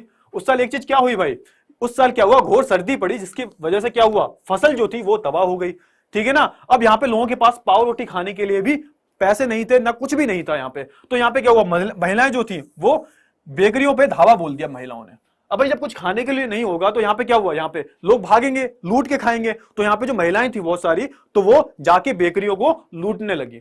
अब होता क्या है, अब एक ऐसी अफवाह फैल जाती है, ध्यान से सुनना। अब उस समय एक ऐसी अफवाह फैल जाती है कि भाई कि जो लुई सोलवा है ना, इसने सेना को आदेश दिए हैं कि जितनी भी फसल है बची हुई फसल है उसे बर्बाद कर दो। अब भाई जैसे ही ये अफवाह फैलती है ना, तो लोग तो और नाराज हो जाते हैं कि भाई ये बिल्कुल सटिया गए हैं क्या, ये लुई सोलवे बिल्कुल सटिया गए हैं क्या। तो यहाँ पे लोग और नाराज हो जाते हैं, ठीक है ना। इससे आतंकित होकर किसानों ने गांव के किलों पर हमला कर दिया और अनाज को लूट लिया। अब यहाँ पे क्या हुआ भाई, अब जब ऐसा होता है, कोई भी अफवाह फैल जाती है, अब किसान तो बेचारे अनपढ़ हैं, उन्हें कुछ पता नहीं है ज्यादा, तो जब ऐसी कोई अफवाह फैल जाती है तो यहाँ पे क्या हुआ, किसान भड़क गए एकदम भड़क गए। और यहाँ पे जितने भी गांव में किले थे, जहां पे जो भी अनाज वगैरह था उसे लूट लिया गया। और यहाँ पे जो भी दस्तावेज रखे थे, जितनी भी फाइलें रखी थी, किससे रिलेटेड भाई, जो भी इन्हें कर्ज वगैरह दिए गए हैं, जो भी पैसा वगैरह से रिलेटेड जो भी फाइलें रखी गई थी, उन्हें बिल्कुल जला दिया गया। किसके द्वारा, किसानों द्वारा, क्योंकि किसान जो थे बहुत ज्यादा नाराज हो गए थे। किसकी वजह से भाई, लुई सोलवे की वजह से। क्यों, क्योंकि भाई इनकी ऐसी चीजें, ये मतलब हरकतें इनकी ऐसी थी, समझ में आया, इनकी हरकतें ऐसी थी, इस वजह से लोग इनसे नाराज हो जाते थे, ठीक है। चलिए बेटा, फ्लैशबैक तो खत्म हो गया बेटा, अभी उसकी बारी आएगी बेटा, ठीक है ना, उसकी बारी आएगी, अभी बताऊंगा मैं, ठीक है ना। चलिए आगे बढ़ते हैं फिर। अब होता क्या है, सुनो, ये आखिरी स्लाइड है, अब ध्यान से सुनो। अब बताओ कि जीत किसकी होगी, जल्दी से बताओ किसकी जीत होगी, लुई सोलवे की जीत होगी या फिर जो आम जनता है जिन्हें वो लूट रहा है उनकी जीत होगी। तो यहां पे बिल्कुल एक फिल्म की तरह हो गया है कि एक जो विलन होता है वो हमेशा गरीबों को परेशान करता रहता है, फिर एंड में किसकी जीत होती है, तो एंड में जो गरीब लोग होते हैं उनकी जीत होती है। तो ऐसा ही कुछ देखने को मिला। तो फाइनली होता क्या है, आखिरकार जो लुई सोलवा होता है वो क्या करता है, वो अपनी हार मान लेता है और क्या बोलता है, ओ भाई वो नेशनल असेंबली को मान्यता प्राप्त करा देता है। कहता है कि ठीक है, आप लोग क्या कर सकते हो, आप लोग क्या करोगे, कॉन्स्टिट्यूशन आप ही लोग बनाओगे, संविधान आप ही बनाओगे। तो यहां पे फाइनली जो लुई सोलवा होता है मान जाता है, ठीक है ना। अब होता क्या है, 4 अगस्त 1779 को टैक्स संबंध, ठीक है ना, टैक्स सामंती व्यवस्था और कुलीन तथा पादरी वर्ग के विशेषाधिकार को समाप्त कर दिया जाता है। भाई तालियां बजाओ। यहां पे फाइनली क्या हुआ, यहां पे जो एक वो स्पेशल राइट्स दिए गए थे किसे, कुलीन वर्ग को और पादरी वर्ग को, ये सारे खत्म कर दिए जाते हैं, सबको बराबर, मतलब सबको अब आज से टैक्स पे करना पड़ेगा सरकार को। ऐसा यहां पे जो नियम होता है वो पारित कर दिया जाता है। जल्दी से बताओ बेटा, मिड टर्म में क्वेश्चंस आएंगे, उसके सेशन हम लगा देंगे, ठीक है ना, ठीक है ना। तो यहां तक भाई कहानी जो था, अभी हैप्पी एंडिंग नहीं हुई है, अभी तो ये शुरुआत भी नहीं हुई ठीक से, अभी तो इसके और सारे लेक्चर्स आएंगे। तो अभी तो बस चल रहा है अभी, ठीक है ना, गाड़ी चल रही है अभी। अभी क्या है, अभी आपको सब हैप्पी हैप्पी लग रहा है कि भाई देखो अब तो सब सही हो गया, कि भाई राजा जो है वो मान गया है, ठीक है ना। भाई राजा था वो, मतलब वो बहुत शैतान था, वो इतनी जल्दी शांति नहीं बैठेगा। तो यहाँ पे क्या होता है, अभी कहानी खत्म नहीं हुई है, अभी हम और सारी चीजें पढ़ेंगे, अभी और सारी चीजें होती हैं फ्रांस की क्रांति में, उन सारी चीजों के बारे में हम बात करेंगे, ठीक है ना। तो भाई चर्च की जो जमीन थी वो भी जब्त कर ली जाती है, जो चर्च के नाम पे जमीन दी जाती थी ना, जो राजा दिया करते थे चर्च को, उसको भी जब्त कर लिया जाता है और उसे गरीबों में बांट दिया जाता है, ठीक है। और भाई एक बारी अगर लेक्चर समझ में आ गया हो, अगर मजा आया हो, तो एक बारी लाइक कर देना, ठीक है ना। चलिए तो भाई अब थोड़ा सा हम 1 मिनट रिवीजन कर लेते हैं, 1 मिनट रिवीजन जो होता है हमारा। तो सबसे पहले मैंने क्या बताया आपको, सबसे पहले मैंने आपको बताया मध्यम वर्ग के बारे में। मध्यम वर्ग के बारे में मैंने आपको क्या बताया कि भाई देखो, जो हमारा फ्रांस था वो 3 भाग में डिवाइड था, जो फ्रांस का समाज था वो 3 भाग में डिवाइड था। क्या थे वो 3 भाग, पहला था भाई प्रथम स्टेट, दूसरा था द्वितीय स्टेट और तीसरा था तृतीय स्टेट। अगर मैं बात करूं तृतीय स्टेट की, तो यहां से कुछ लोग निकले जिन्होंने कुछ व्यापार करना शुरू किया, पढ़ना लिखना शुरू किया, और वो थोड़े से कहां उठ गए, यानी कि गरीब से थोड़े से ऊपर हो गए, जिन पे बहुत ज्यादा तो ना तो पैसा था ना बहुत कम पैसा था। मिडिल क्लास लोग जो थे उन्हें क्या बोला गया, उन्हें मध्यम वर्ग बोला गया। ठीक है, अब होता क्या है भाई, जब मध्यम वर्ग आ जाते हैं तो यहां पे होता क्या है, ये लोग प्रॉब्लम्स जो थी उन्हें समझा करते थे, समस्याओं को समझते थे। क्यों? क्योंकि भाई कहीं ना कहीं ये भी पहले गरीब हुआ करते थे, गरीबी से उठ के ये मध्यम वर्ग में आए थे, तो ये गरीबों की जो परेशानियों से समझते थे। फिर क्या हुआ भाई, बीच बीच में जो मैंने बताया आपको बहुत सारे फिलोसोफर आए, इन्होंने क्या बोला, इन्होंने अपने ज्ञान देना शुरू किया और उन्होंने बोला कि भाई देखो ये जो राजा है ना ये आपको लूट लेगा, ठीक है ना, और ये जो डेस्पोटिक रूलर्स हैं, ठीक है, इनकी बात हमें नहीं माननी, हमें इक्वालिटी यानी कि समानता जो है, ठीक है ना, उस पर विश्वास रखना चाहिए। और उन्होंने एक ऐसी दुनिया बनाई जहां पे सबको एक अधिकार दिए गए थे, बराबर के अधिकार दिए गए थे, इन्होंने ऐसा लोगों को बताया। ठीक है, तो यहां पे जो मध्यम वर्ग के जो लोग थे ये काफी प्रभावित होते हैं और ये कहीं ना कहीं ज्ञान देना शुरू करते हैं, किसे, जो गरीब लोग होते हैं उन्हें। ठीक है, फिर मैंने बताया क्रांति की शुरुआत हो जाती है। क्रांति की शुरुआत क्यों होती है, तो भाई समस्या थी, लुई 16वें जो थे बड़े ही क्या थे, बड़े ही निरंकुश राजा थे, उनपे क्या लगाना, अंकुश लगाना बहुत ज्यादा जरूरी था। तो इस वजह से यहां पे क्रांति की शुरुआत हो जाती है। इसका जो मेन आप बोल सकते हो कि जो कारण था वो क्या था भाई, टैक्स बढ़ाने वाली बात हुई थी। फिर यहां पे क्या होता है, स्टेट जनरल की मीटिंग बुलाई जाती है, जिसमें क्या होता है, जिसमें तीनों जो वर्ग होते हैं उन्हें एक एक वोट दिया जाता है, लेकिन इससे जो तीसरे वर्ग के लोग जो होते हैं वो नाराज हो जाते हैं। क्यों नाराज हो जाते हैं, क्योंकि भाई तीनों को एक एक वोट ही देने का अधिकार था, और जबकि भाई तीसरे वर्ग की मैं बात करूं उसमें 600 लोग थे, उन 600 लोगों का एक वोट काउंट हो रहा था। तो इस वजह से जो तीसरे वर्ग के जो लोग होते हैं वो नाराज हो जाते हैं। ये सारी जो चीज थी वो हमने इस चैप्टर में, इस आप बोल सकते हो उस लेक्चर में हमने पढ़ ली है। समझ में आया? जल्दी से बता दो, ये जो लेक्चर था वो समझ में आया नहीं आया? जल्दी से बताओ, मजा आया नहीं आया?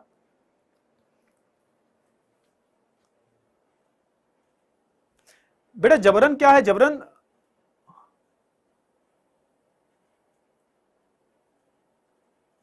बेटा आपका प्रश्न समझ में नहीं आया मेरे को। जबरन तो जबरदस्ती को बोलते हैं वैसे।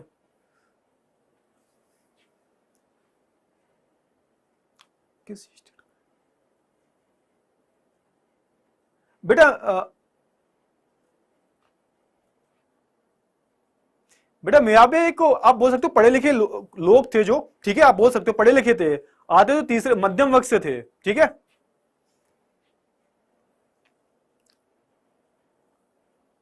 ज्योग्राफी बिल्कुल बेटा, बिल्कुल ज्योग्राफी पढ़ाऊंगा मैं, बिल्कुल पढ़ाऊंगा ज्योग्राफी में।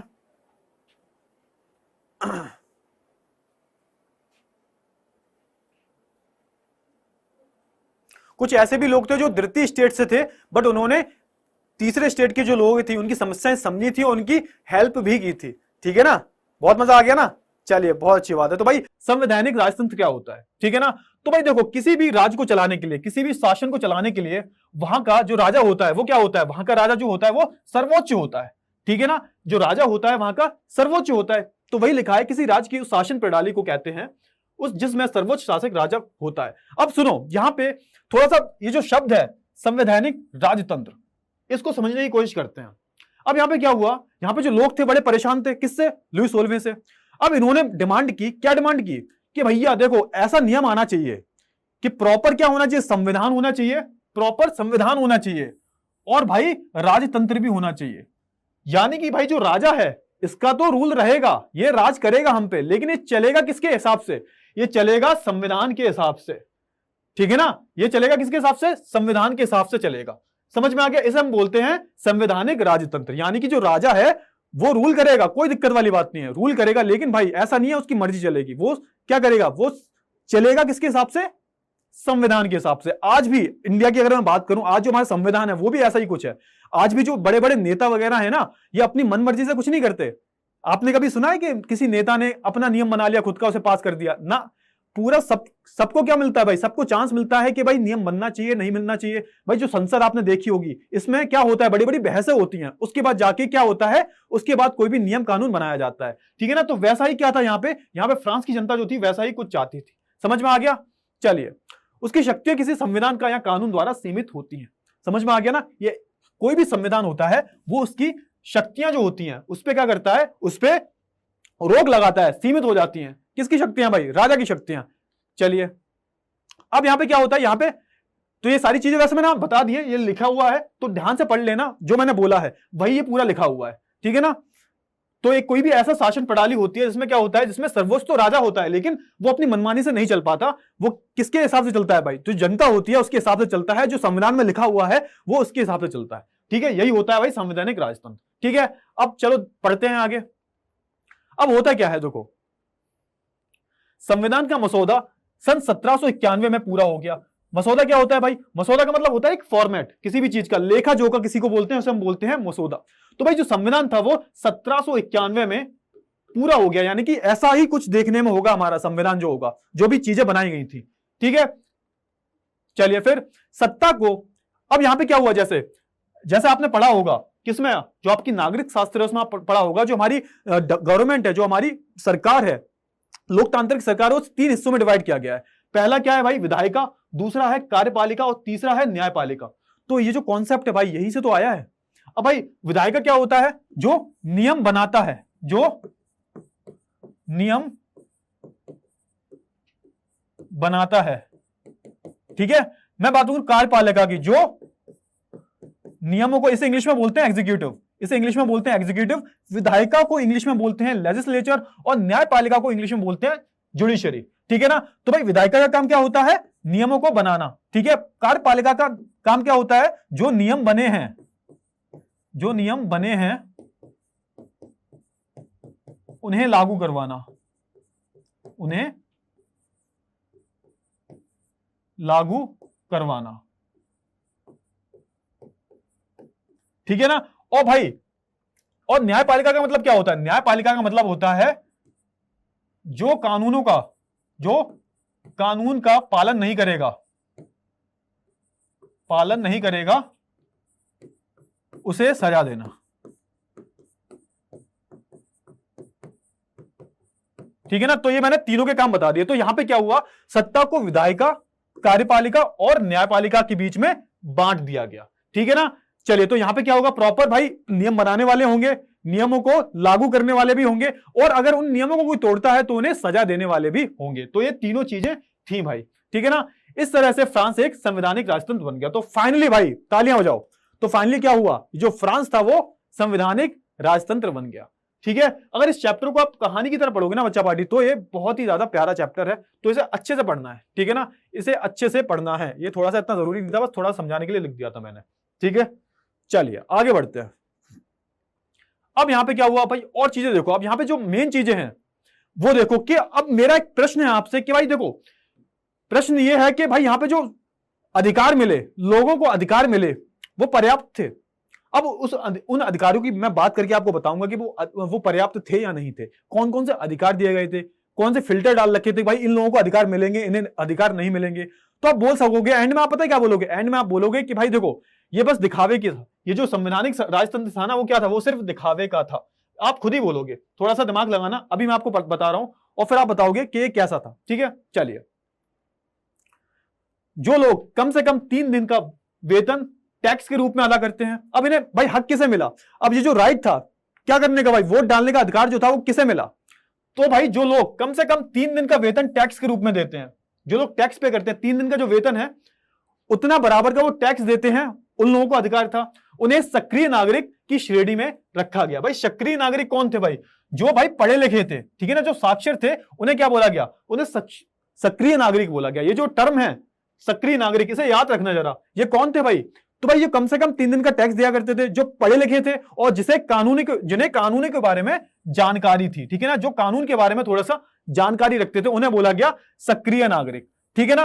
और भाई यहां पे क्या हुआ, 25 वर्ष से अधिक उम्र वाले ऐसे पुरुष ही सक्रिय नागरिक थे। समझ में आ गया? तो भाई यहां पे क्या हुआ, 25 वर्ष से ऊपर के जो लोग थे, ठीक है, वही उन्हें ही सक्रिय नागरिक में मिलाया गया। ठीक है ना? यानी कि भाई 25 वर्ष से नीचे वाले जो भी लोग होंगे उन्हें नहीं माना जाएगा, उन्हें अधिकार ही नहीं होगा वोट डालने का। समझ में आया? 25 वर्ष से नीचे के जो लोग होंगे, और इसमें औरतें भी शामिल थी, औरतें और बच्चे दोनों शामिल थे। समझ में आ गया? ऐसे पुरुषों को ही केवल मत देने का अधिकार था। समझ में आ गया? वोट डालने का अधिकार किसके पास था भाई? जो सक्रिय नागरिक थे। अब भाई सक्रिय नागरिक कौन है? जो 25 वर्ष से ऊपर के हैं, और भाई जो क्या है, जिन्हें भाई जो पढ़े लिखे हैं, जिन्हें थोड़ी बहुत कानून के बारे में नॉलेज है, वही सक्रिय नागरिक में आएंगे।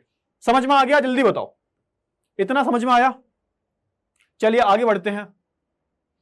लगभग 30 लाख पुरुषों, महिलाओं, बच्चों और 25 वर्ष से कम उम्र के व्यक्ति को मत अधिकार प्राप्त नहीं था। अब हुआ क्या, सुनो। अब जैसे इन्होंने अधिकार तो दे दिया, देखिए संवैधानिक राजतंत्र आ गया, अब क्या है, वोटिंग सिस्टम भी शुरू हो गया, लोग मत डालेंगे, अपने आप बोल सकते हो अपने प्रतिनिधि को चुनेंगे। लेकिन इसमें था क्या, ये आप बताना थोड़ा सा, ये अधिकार है या नहीं है, ये प्रॉपर अधिकार मिले हैं या नहीं मिले, आप बताना। अब मान लो 30 लाख जो लोग थे, 30 लाख से ज्यादा जो लोग थे, वो क्या से थे, वो 25 वर्ष से कम थे, या फिर वो महिलाएं थे, या फिर वो महिलाएं थे वो, या फिर वो बच्चे थे। अब 30 लाख जो लोग थे ये अछूते रह गए, मतलब ये पढ़े लिखे नहीं थे, या तो ये पढ़े लिखे नहीं थे, या फिर ये 25 वर्ष से कम थे, या फिर ये महिलाएं थी, तो इन्हें तो अधिकार मिले ही नहीं ना। तो 30 लाख तो बहुत बड़ी आबादी होती है, फिर फायदे क्या हुआ। तो इसमें कुछ लोग ही शामिल थे। और भाई ऐसे लोगों को क्या बोला गया, अब ऐसे लोगों को, यानी कि जो लोग 25 वर्ष से कम है, जो लोग पढ़े लिखे नहीं है, उन्हें बोला गया निष्क्रिय नागरिक। ये याद रखना, देखा, एक तो सक्रिय नागरिक और एक निष्क्रिय नागरिक। सक्रिय क्यों, कौन, जो पढ़ा लिखा है, जिसे कानून के बारे में नॉलेज है, जिसे वोट डालने का अधिकार है, वो हो गए सक्रिय। और भाई निष्क्रिय कौन है, तो इसमें औरतें, बच्चे, जो 25 वर्ष से कम लोग हैं और जो पढ़े लिखे नहीं है, वो लोग इसमें आ जाते हैं। तो थोड़ा सा यहां पर पढ़ लो, निष्क्रिय नागरिक वे नागरिक हैं जो अनपढ़ हैं और उन्हें कानून और सरकार के बारे में कोई जानकारी नहीं है। ठीक है, तो ये ऐसे लोग थे निष्क्रिय लोग, जो पढ़े लिखे नहीं थे। इसमें औरतें भी आती थी। चलिए, अब हुआ क्या, सक्रिय नागरिकों को निर्वाचन का चुनाव, सक्रिय नागरिकों को निर्वाचकों का चुनाव करना था। अब निर्वाचक कौन हो गए भाई, जिन्हें आप चुन रहे हो, जिन्हें आप चुन के कहां भेज रहे हो, नेशनल असेंबली में भेज रहे हो। सर ये नेशनल असेंबली क्या होती है, तो भाई देखो हमारे देश में क्या है, हमारे देश में संसद है ना, हमारे देश में संसद है, वहां कौन बैठते हैं, वहां जो लोग बैठते हैं वो कौन है भाई, उन्हें चुन के आप ही ने तो भेजा है ना। जो 18 या 18 वर्ष से ऊपर के जो लोग हैं वो उन्हें चुन के भेज रहे हैं। तो ऐसे ही सेम यहां पे क्या हुआ, जो सक्रिय नागरिक थे, यानी कि जो 25 वर्ष से ऊपर के थे, जो टैक्स पे किया करते थे और जो पढ़े लिखे थे, ऐसे लोग किन्हें चुनते थे भाई, अपने निर्वाचकों को चुना करते थे। और वो निर्वाचक कहां बैठते थे भाई, तो वो निर्वाचक नेशनल असेंबली में बैठा करते थे। ठीक है ना, तो यहां पे यही बात हो रही है। राजा और राजा के मंत्रियों को क्या बोलते हैं हम, इनके जो मंत्री हुआ करते थे, इन्हें अब कौन चुनेगा, इन्हें अब आम जनता चुनेगी। लेकिन अगर देखा जाए भाई, ये प्रॉपर क्या नहीं है, ये प्रॉपर समानता नहीं है, इक्वालिटी तो नहीं है बिल्कुल भी। क्यों नहीं है भाई, क्योंकि भाई 30 लाख जो लोग थे वो तो चुनाव कर ही नहीं सकते, कुछ लोगों को ही अधिकार प्राप्त हुआ है इस चीज का। ठीक है, चलिए आगे बढ़ते हैं थोड़ा सा। राजा के पास मंत्रियों को चुनने का अधिकार था और वीटो पावर भी थी। अब यहां पे एक दिक्कत हो गई। ठीक है, अब यहां पे क्या था, जो राजा जी थे ना, वो अपने मनपसंद मंत्रियों को ही चुन सकते थे। इस चीज का इनके पास क्या था, इस चीज के पास इनका वीटो था। वीटो पावर क्या होती है भाई, वीटो पावर होती है सुपर पावर। फॉर एग्जांपल मान लो 5 लोग हैं, ठीक है, 5 लोगों को किसी एक चीज पे निर्णय लेना है, उन 5 में मैं भी हूं। अब मेरे पास वीटो पावर है, इसका मतलब क्या हुआ, मान लो वो 4 लोग राजी हैं और मैं राजी नहीं हूं, और मैंने मना कर दिया, मैं नहीं कर रहा, तो वो फिर उन्हें उस चीज पे राजी होना पड़ेगा। तो ये किसके पास पावर थी, ये पावर थी, वीटो पावर किसके पास थी, लुई सोल्वे के पास थी। तो भाई इन्होंने क्या किया भाई, अपने मनपसंद मंत्रियों को ही अपने, आप बोल सकते हो अपने मंत्रालय में रखा। तो ये तो फिर दिखावटी हो गई ना। ये जो पूरी बनी थी बेसिकली, आप जो संवैधानिक राजतंत्र बना था, ये तो क्या हो गया, ये तो दिखावटी हो गया। ठीक है ना, क्यों, क्योंकि भाई एट द एंड तो राजा के पास ही डिपेंड करता है, सब कुछ राजा पे ही डिपेंड करता है कि वो किसे अपने मंत्रालय में रखेगा। यहां पे जो राजा जी थे वो अपनी वीटो पावर इस्तेमाल कर सकते थे। ठीक है, चलिए आगे बढ़ते हैं। अब हुआ क्या, राजा के पास मंत्रियों को चुनने का अधिकार था और वीटो पावर भी थी। चलिए, जो व्यक्ति उच्च करदाता की श्रेणी में आता था वही निर्वाचक और नेशनल असेंबली का सदस्य बन सकता था। ये तो मैंने आपको ऑलरेडी बता दिया है, ये सारी चीजें मैंने आपको बता दी हैं। ठीक है, और क्या है भाई, जीवन के अधिकार, अभिव्यक्ति की स्वतंत्रता के अधिकार, समानता का अधिकार, ये सारी जो चीजें थी, आज को नैसंगिक और अहरणीय अधिकार का दर्जा दिया गया। इन अधिकारों की रक्षा का दायित्व राज के पास था। किसके पास था भाई, राज्य के पास था। जितने भी राज हैं, जितने भी राइट्स हैं, जितने भी राइट्स दिए गए थे, अधिकार दिए गए थे, किसे दिए गए थे भाई, तो ये आम जो जनता है उन्हें दिए गए थे। ठीक है, चलिए अब यहां पे एक जो नया टॉपिक है वो शुरू हो जाता है, पुरुष और नागरिक अधिकार घोषणा। ठीक है ना, अब यहां पे क्या था बेसिकली, अब यहां पे 25 वर्ष से जो नीचे के लोग थे उन्हें वोट डालने का अधिकार नहीं था। लेकिन कुछ लोग ऐसे भी थे जो 25 वर्ष से ऊपर के थे और जो अनपढ़ भी थे। अब इनके पास तो अधिकार नहीं था, वो पुरुष भी थे, उनके पास तो बिल्कुल भी अधिकार नहीं था। तो उसके बारे में थोड़ी सी हम बात कर लेते हैं। ठीक है ना, तो उस समय फ्रांस के अधिकार लोग, अधिकतर लोग अशिक्षित थे, यानी कि क्या थे, अशिक्षित थे। समझ में आया? पढ़े लिखे नहीं थे, ज्यादातर जो लोग थे वो पढ़े लिखे बिल्कुल भी नहीं थे। मैंने बताया जैसा कि जो मध्यम वर्ग हुआ करता था वही पढ़ा लिखा हुआ करता था, ठीक है ना। इन अधिकारों को समझने के लिए प्रतीकों का सहारा लिया जाता था। तो भाई इनके जो भी अधिकार थे, कौन से अधिकारों की बात हो रही है? तो ये देखो, ये वाले अधिकार जो मैंने बताए थे अभी, ठीक है ना। जो भी अधिकार की बात हो रही है यहां पे, थोड़ा सा रुक जाओ, चलिए,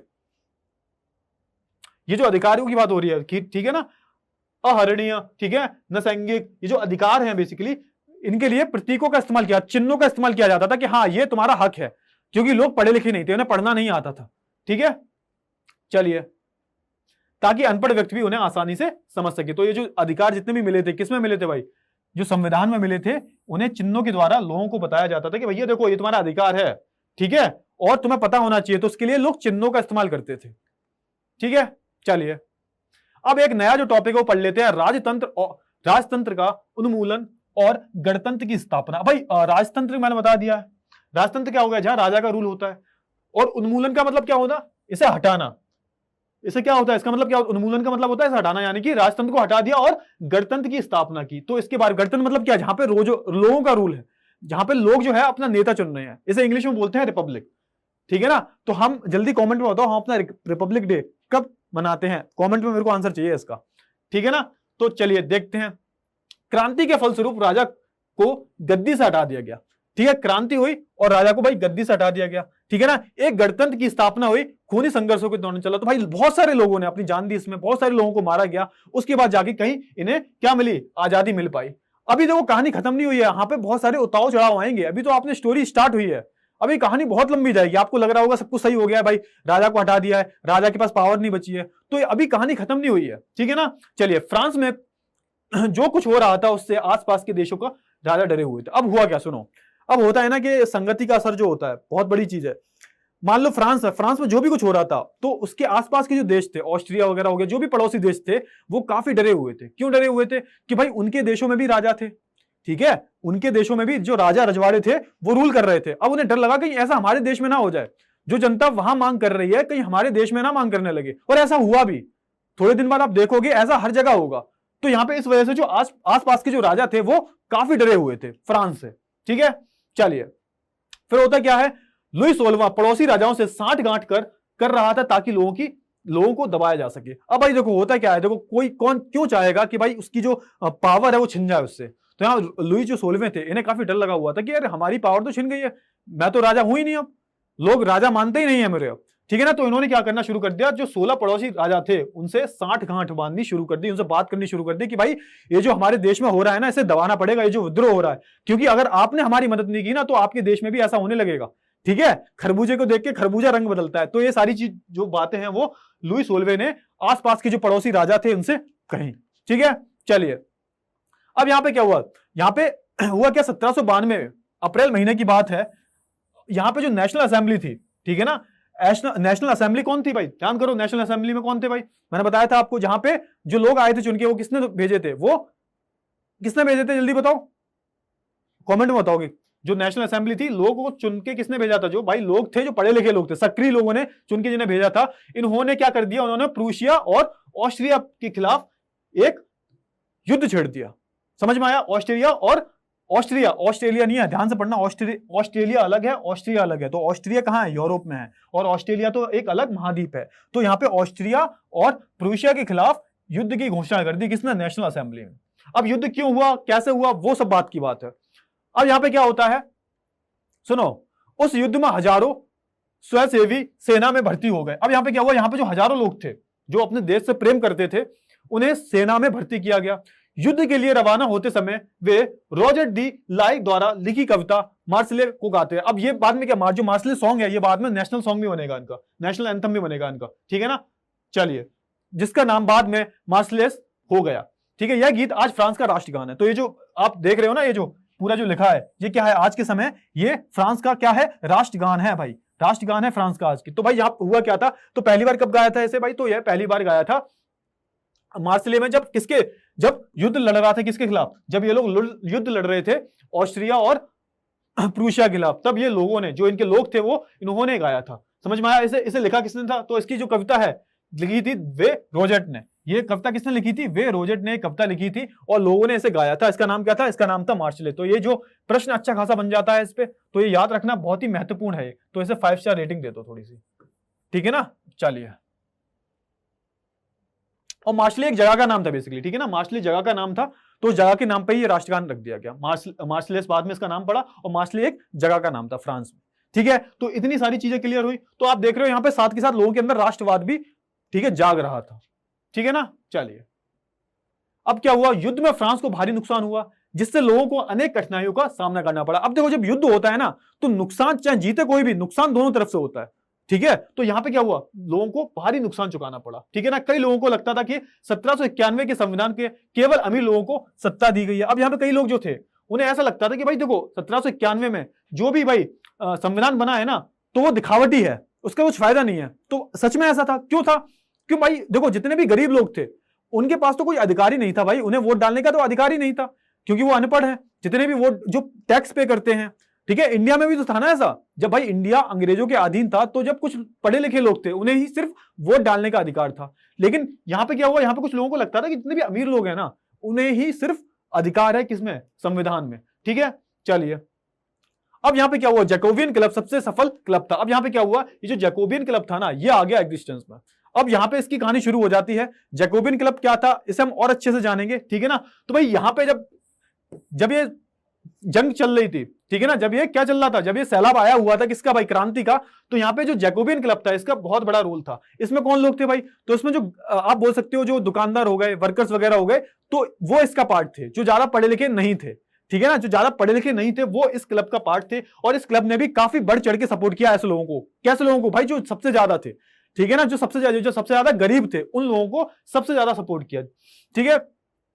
और यहां पे हाँ, अब बात है कि भाई जैकोबियन क्लब किसके नाम पर रखा था? तो भाई एक सेंट थे, इसका नाम था जैकेब, ठीक है ना। जैकब के कन्वेंट करके नाम था इनका, इनके नाम पे जो क्लब था, इसका नाम रखा गया था। तो ये नाम भी याद रख लेना, जैकोबियन क्लब था, ठीक है ना। किसके नाम पर रखा गया था? तो सेंट जैकेब, ठीक है, जैकब कॉन्वेंट करके इनका नाम था, एक सेंट थे, उनके नाम पे ये जो क्लब का नाम है वो पड़ा था। समझ में आ गया? ठीक है, चलिए। अब ये अगर इसकी मैं बात करूं क्लब की, सक्रिय कब होता है? तो भाई ये 1793 से 1795 तक ये सक्रिय रहता है। 2 साल तक ये काफी सक्रिय रहता है। और यहाँ पे जो छोटे तबके वाले जो लोग होते हैं, इन्हें काफी बढ़ चढ़ के ये सपोर्ट करता है, ठीक है ना। चलिए, तो जैकोबियन के नेता का नाम था भाई, ये बहुत बड़े नेता थे भाई, बहुत ही क्रूअल भी थे, काफी क्रूअल थे इनके भाई। इनके टाइम पीरियड में तो क्या हुआ भाई? तरखाट मच गया भाई। लाखों लाखों लोग, कम से कम 20,000 लोगों को कहां चला दिया? गिलोटाइन जो होता था, ठीक है, गिलोटाइन अभी बताऊंगा, उसके बारे में भी बताऊंगा मैं आपको। वहां पे सूली पे लटका दिया गया, गले काट देते थे ये तो, ठीक है ना। जिसपे भी शक हुआ कि भाई ये, ठीक है ना, इनके खिलाफ बोल रहा है, तो उसे मरवा दिया करते थे। तो यहां पे कौन थे भाई? जैकोबियन क्लब के नेता का नाम क्या था? तो मैक्सिमिलियन रॉबेस्पियर, इनका नाम याद रखना, ठीक है ना, मैक्सिमिलियन रॉबेस्पियर। ये कौन थे भाई? ये नेता थे, जैकोबियन क्लब को लीड कर रहे थे, ठीक है ना, ऐसे कुछ दिखते थे। जैकोबियन में समाज के हर वर्ग के लोग थे। समझ में आ गया? तो भाई ये लोग ऐसे थे कि भाई समाज के हर वर्ग के लोगों का साथ देते थे भाई, चाहे वो वर्कर हो, चाहे वो अनपढ़ हो, पढ़ा लिखा हो, तो हर वर्ग के लोगों को ये क्या देते थे? ये इनवाइट करते थे, जैसे कि महिलाएं, छोटे किसान, मजदूर और दस्तकार। समझ में आ गया भाई? इन्होंने महिलाओं को भी अपने क्लब में जोड़ लिया।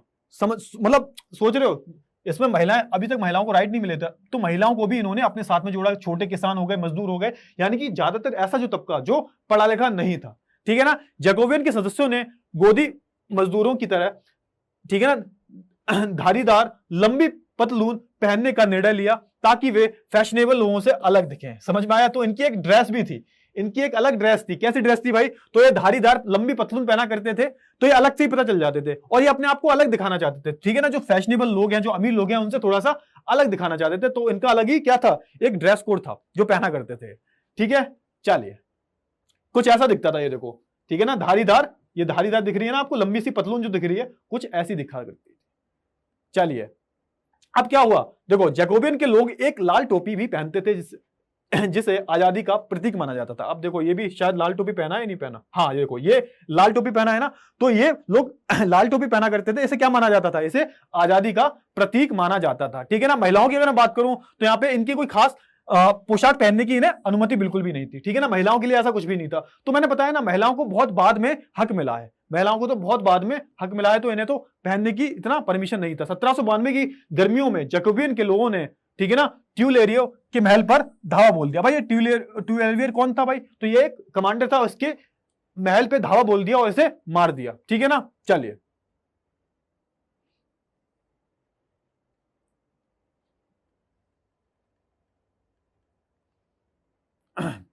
उसके बाद चुनाव हुए और एक नई असेंबली का गठन हुआ, जिसका नाम क्या रखा गया, जिसका नाम कन्वेंशन रखा गया। ठीक है, जिसका नाम क्या रखा गया, जिसका नाम कन्वेंशन रखा गया।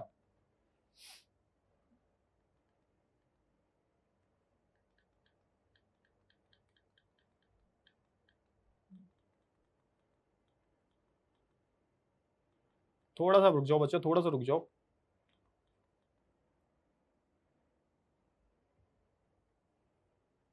ठीक है, चलो सुनो, यहां पे क्या हुआ, ट्यूलियर, हाँ थोड़ा सा करेक्ट करूंगा मैं, ट्यूलियर एक महल का नाम था। ठीक है ना, थोड़ा सा रुक जाओ थोड़ा सा। चलिए, तो 1792 की गर्मियों में जैकोबियन के लोगों ने ट्यूलेरिया के महल पर हमला कर दिया। महल का नाम है, ठीक है ना, मैंने कमांडर का नाम बता दिया, sorry, I am really sorry. ये ट्यूलेरियर क्या है, महल का नाम है, इस पे हमला कर दिया। ठीक है ना, चलिए, इसमें होता क्या है, राजा को कई घंटों के लिए बंदी बनाए रखा। इस आक्रमण में राजा का अधिकतर जो गार्ड थे वो मारे गए। तो भाई राजा को बंदी बना लिया। अब इसमें कौन रहता था, इस महल में, ट्यूलेरिया के महल में कौन रहता था, राजा जी रहा करते थे। अब इन्हें बंदी बना लिया गया। ठीक है ना, और इनके जितने भी सिपाही वगैरह थे, गार्ड जो थे, इन्हें मार दिया गया। ठीक है, चलिए फिर क्या हुआ, उसके बाद क्या होता है भाई, फाइनली क्या होता है, एक नई असेंबली का गठन होता है। ठीक है ना, नेशनल असेंबली का पहले गठन हुआ था, फिर उसके बाद क्या हुआ, एक नई असेंबली का गठन होता है। इसका नाम क्या रखा गया, जिसका नाम रखा गया कन्वेंशन। ठीक है, कन्वेंशन नाम रखा गया इसका। फिर क्या होता है, उस चुनाव में 21 वर्ष से अधिक आयु वाले हर पुरुष को वोट देने का अधिकार मिला। 21 सितंबर 1792 को राजतंत्र को समाप्त कर दिया गया। ठीक है, अब हुआ क्या, देखो यहां पे पहले क्या था, पहले 25 वर्ष या फिर उससे ज्यादा के जो लोग थे उन्हें वोटिंग का राइट था, लेकिन उसमें भी कई कंडीशन थी, तुम पढ़े लिखे होने चाहिए, तुम्हारे पास ये होना चाहिए, वो होना चाहिए। लेकिन भाई इन्होंने क्या किया, इन्होंने 21 वर्ष से जो अधिक जो आय वाले लोग थे, ठीक है ना, उसे वोट डालने का अधिकार दिया। ठीक है ना, और फाइनली 17 सितंबर 1792 में जो राजतंत्र था, यानी कि जो राजा की मोनार्की थी, इसका अंत हो गया। ठीक है, चलिए, और फ्रांस को एक गणतंत्र जो देश है उसे घोषित कर दिया। फ्रांस को एक जो गणतंत्र देश है वो घोषित कर दिया गया। गणतंत्र मतलब रिपब्लिक। ठीक है ना, एक पूरा आप बोल सकते हो स्वतंत्र देश, जहां पे जो लोग हैं उनके पास पूरा अधिकार है अपने नेता को चुनने का। चलिए, अब क्या हुआ भाई, अब यहां पे देखो हुआ क्या, वही है ना कि एक वो होता है ना कि आप जैसा कर्म करोगे वैसा ही भरोगे। तो यहाँ पे जो लुई 16वें थे, ठीक है, और उनकी जो बीवी थी मैरी एंटोनी, इन्हें क्या किया गया, इन पे मुकदमा चलाया गया। इन पे ऐसे आरोप लगे थे कि इन्होंने अपने देश के साथ गद्दारी की है। तो कौन सी गद्दारी की है, तो मैंने आपको बताया था ना, इन्होंने अपने पड़ोसी देश के साथ मिलकर क्या किया था, 60 गांठ रची थी, क्या करने की, तख्ता पलट करने की। तो भाई इन पे ऐसे आरोप लगे, फिर क्या होता है, फाइनली इन्हें लटका दिया जाता है। ठीक है ना, इन्हें क्या लटका दिया जाता है, भारी भारी भीड़ के सामने इन्हें गिलोटिन एक डिवाइस होती थी, ठीक है ना, उस पर क्या कर दिया जाता है, इस पे इनका गला काट दिया जाता है, इनका गला काट दिया जाता है। और इनकी जो बीवी होती है, नाम क्या होता है, मैरी एंटोनी, ठीक है, इन दोनों को बंदी बना के इन दोनों का गला काट दिया जाता है, गिलोटाइन कर दिया जाता है। ठीक है, तो यहां पे ये क्या हुआ, यहां पे हैप्पी एंडिंग हो गई। अब तो आप कहोगे यार वाह हैप्पी एंडिंग हो गई, अब तो राजा भी मर गया, जो डेस्पोटिक रूलर था वो भी मर गया।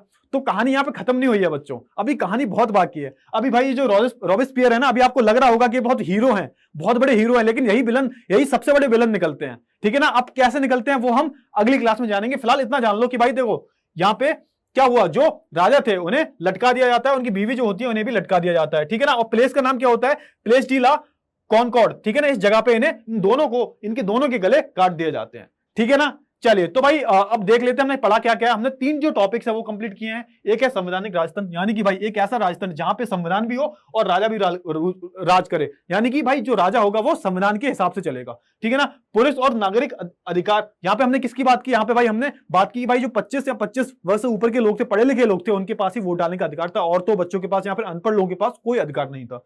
ठीक है ना, निष्क्रिय और सक्रिय, ये दोनों कॉन्सेप्ट बताए थे, अच्छे से पढ़ लेना। ठीक है, और हमने फिर बात की राजतंत्र का उन्मूलन और गणतंत्र की स्थापना। तो भाई जो राजतंत्र है उसे हटाया कैसे गया और गणतंत्र की स्थापना कैसे हुई, और इसमें जैकोबियन जो क्लब है इसका रोल क्या है, इसके बारे में भी मैंने आपको बताया। अब भाई आतंक राज का मतलब क्या है यहाँ पे, तो आपको ये जो महान शख्स दिख रहे हैं ना यहाँ पे, ये जो महान शख्स हैं, ये कौन है भाई, ये रॉबेस्पियर है। अब किया हुआ क्या देखो, अब जैसे कि मैंने आपको बताया ये कौन थे, तो ये भाई नेता थे। किसके नेता थे, ये मेन जो लीडर थे, मेन जो प्रेसिडेंट थे किसके थे भाई, जो जैकोबियन क्लब था उसके ये मेन प्रेसिडेंट थे। ठीक है, चलिए अब होता क्या है भाई, जब ये पावर में आते हैं, पावर में कब आते हैं, 1793 में पावर में आ जाते हैं और इनका चलता है 1794 तक, 1 साल ही रूल कर पाते हैं। और एक साल के अंदर इतना तरखाट मचाते हैं। अब होते क्या है, ये काफी सनकी टाइप के होते हैं। अब इन्हें ऐसा लगता है, जैसा लगता है ना कि भाई इनके खिलाफ कोई जा रहा है, जैसा इन्हें लगता है कि भाई इनके खिलाफ कोई जा रहा है तो उसे मरवा देते हैं। जैसे इन्हें लगा कि भाई इनकी पार्टी का ही कोई आदमी है जो इनके खिलाफ बोल रहा है, या इनसे क्या है, या इनसे आप बोल सकते हो एग्री नहीं करता, ठीक है, तो ये क्या करते हैं, उसे मरवा देते हैं। ये काम करते हैं। और आप देखोगे एक साल के अंदर करीबन, एक साल के अंदर ये करीबन 20 से 25 हजार लोगों को किस पे चढ़ा देते हैं, ग्लोटाइन पे चढ़ा देते हैं। ग्लोटाइन क्या होता है मैं बताऊंगा अभी, ठीक है ना, उसकी मैं कहानी अलग है, वो भी मैं बताऊंगा। तो यहाँ पे क्या होता है बेसिकली, जो मैक्सिमिलियन रॉबेस्पियर होते हैं ये क्या बन जाते हैं, ये भाई देश के नेता बन जाते हैं। उसके बाद क्या होता है, ये अपने विरोधियों को मारने लगते हैं, जो भी इनके खिलाफ जाता है उसे ये सूली पे चढ़ा देते हैं, ठीक है। चलिए, चाहे वो उनकी पार्टी का ही आदमी क्यों ना हो, मतलब जो इनकी खुद की पार्टी का जो आदमी है वो इनके खिलाफ कुछ बोल रहा है कि भाई आप ये ऐसे नहीं ऐसे करो, ऐसे नहीं ऐसे करो, तो उसे भी ये क्या कर देते हैं, उसे भी ये सूली पे चढ़ा देते हैं। तो इतने खतरनाक आदमी होते हैं। आप देखोगे एक साल के अंदर करीबन 20 से 25 हजार लोगों को ये क्या कर देते हैं, ये ग्लोटाइन पे चढ़ा देते हैं। अब आप पूछोगे सर ये ग्लोटाइन क्या होता है, तो वो दिखा देते हैं आपको, ठीक है ना। चलिए, अब भाई ये जो डॉक्टर ग्लोटीन थे, ठीक है ना, डॉक्टर ग्लोटीन कौन थे, जिन्होंने ग्लोटाइन जो आप देख रहे हो मशीन टाइप देख रहे हो, ये जो बनाई थी, ये मशीन क्या होती है, ध्यान से देखो इसे।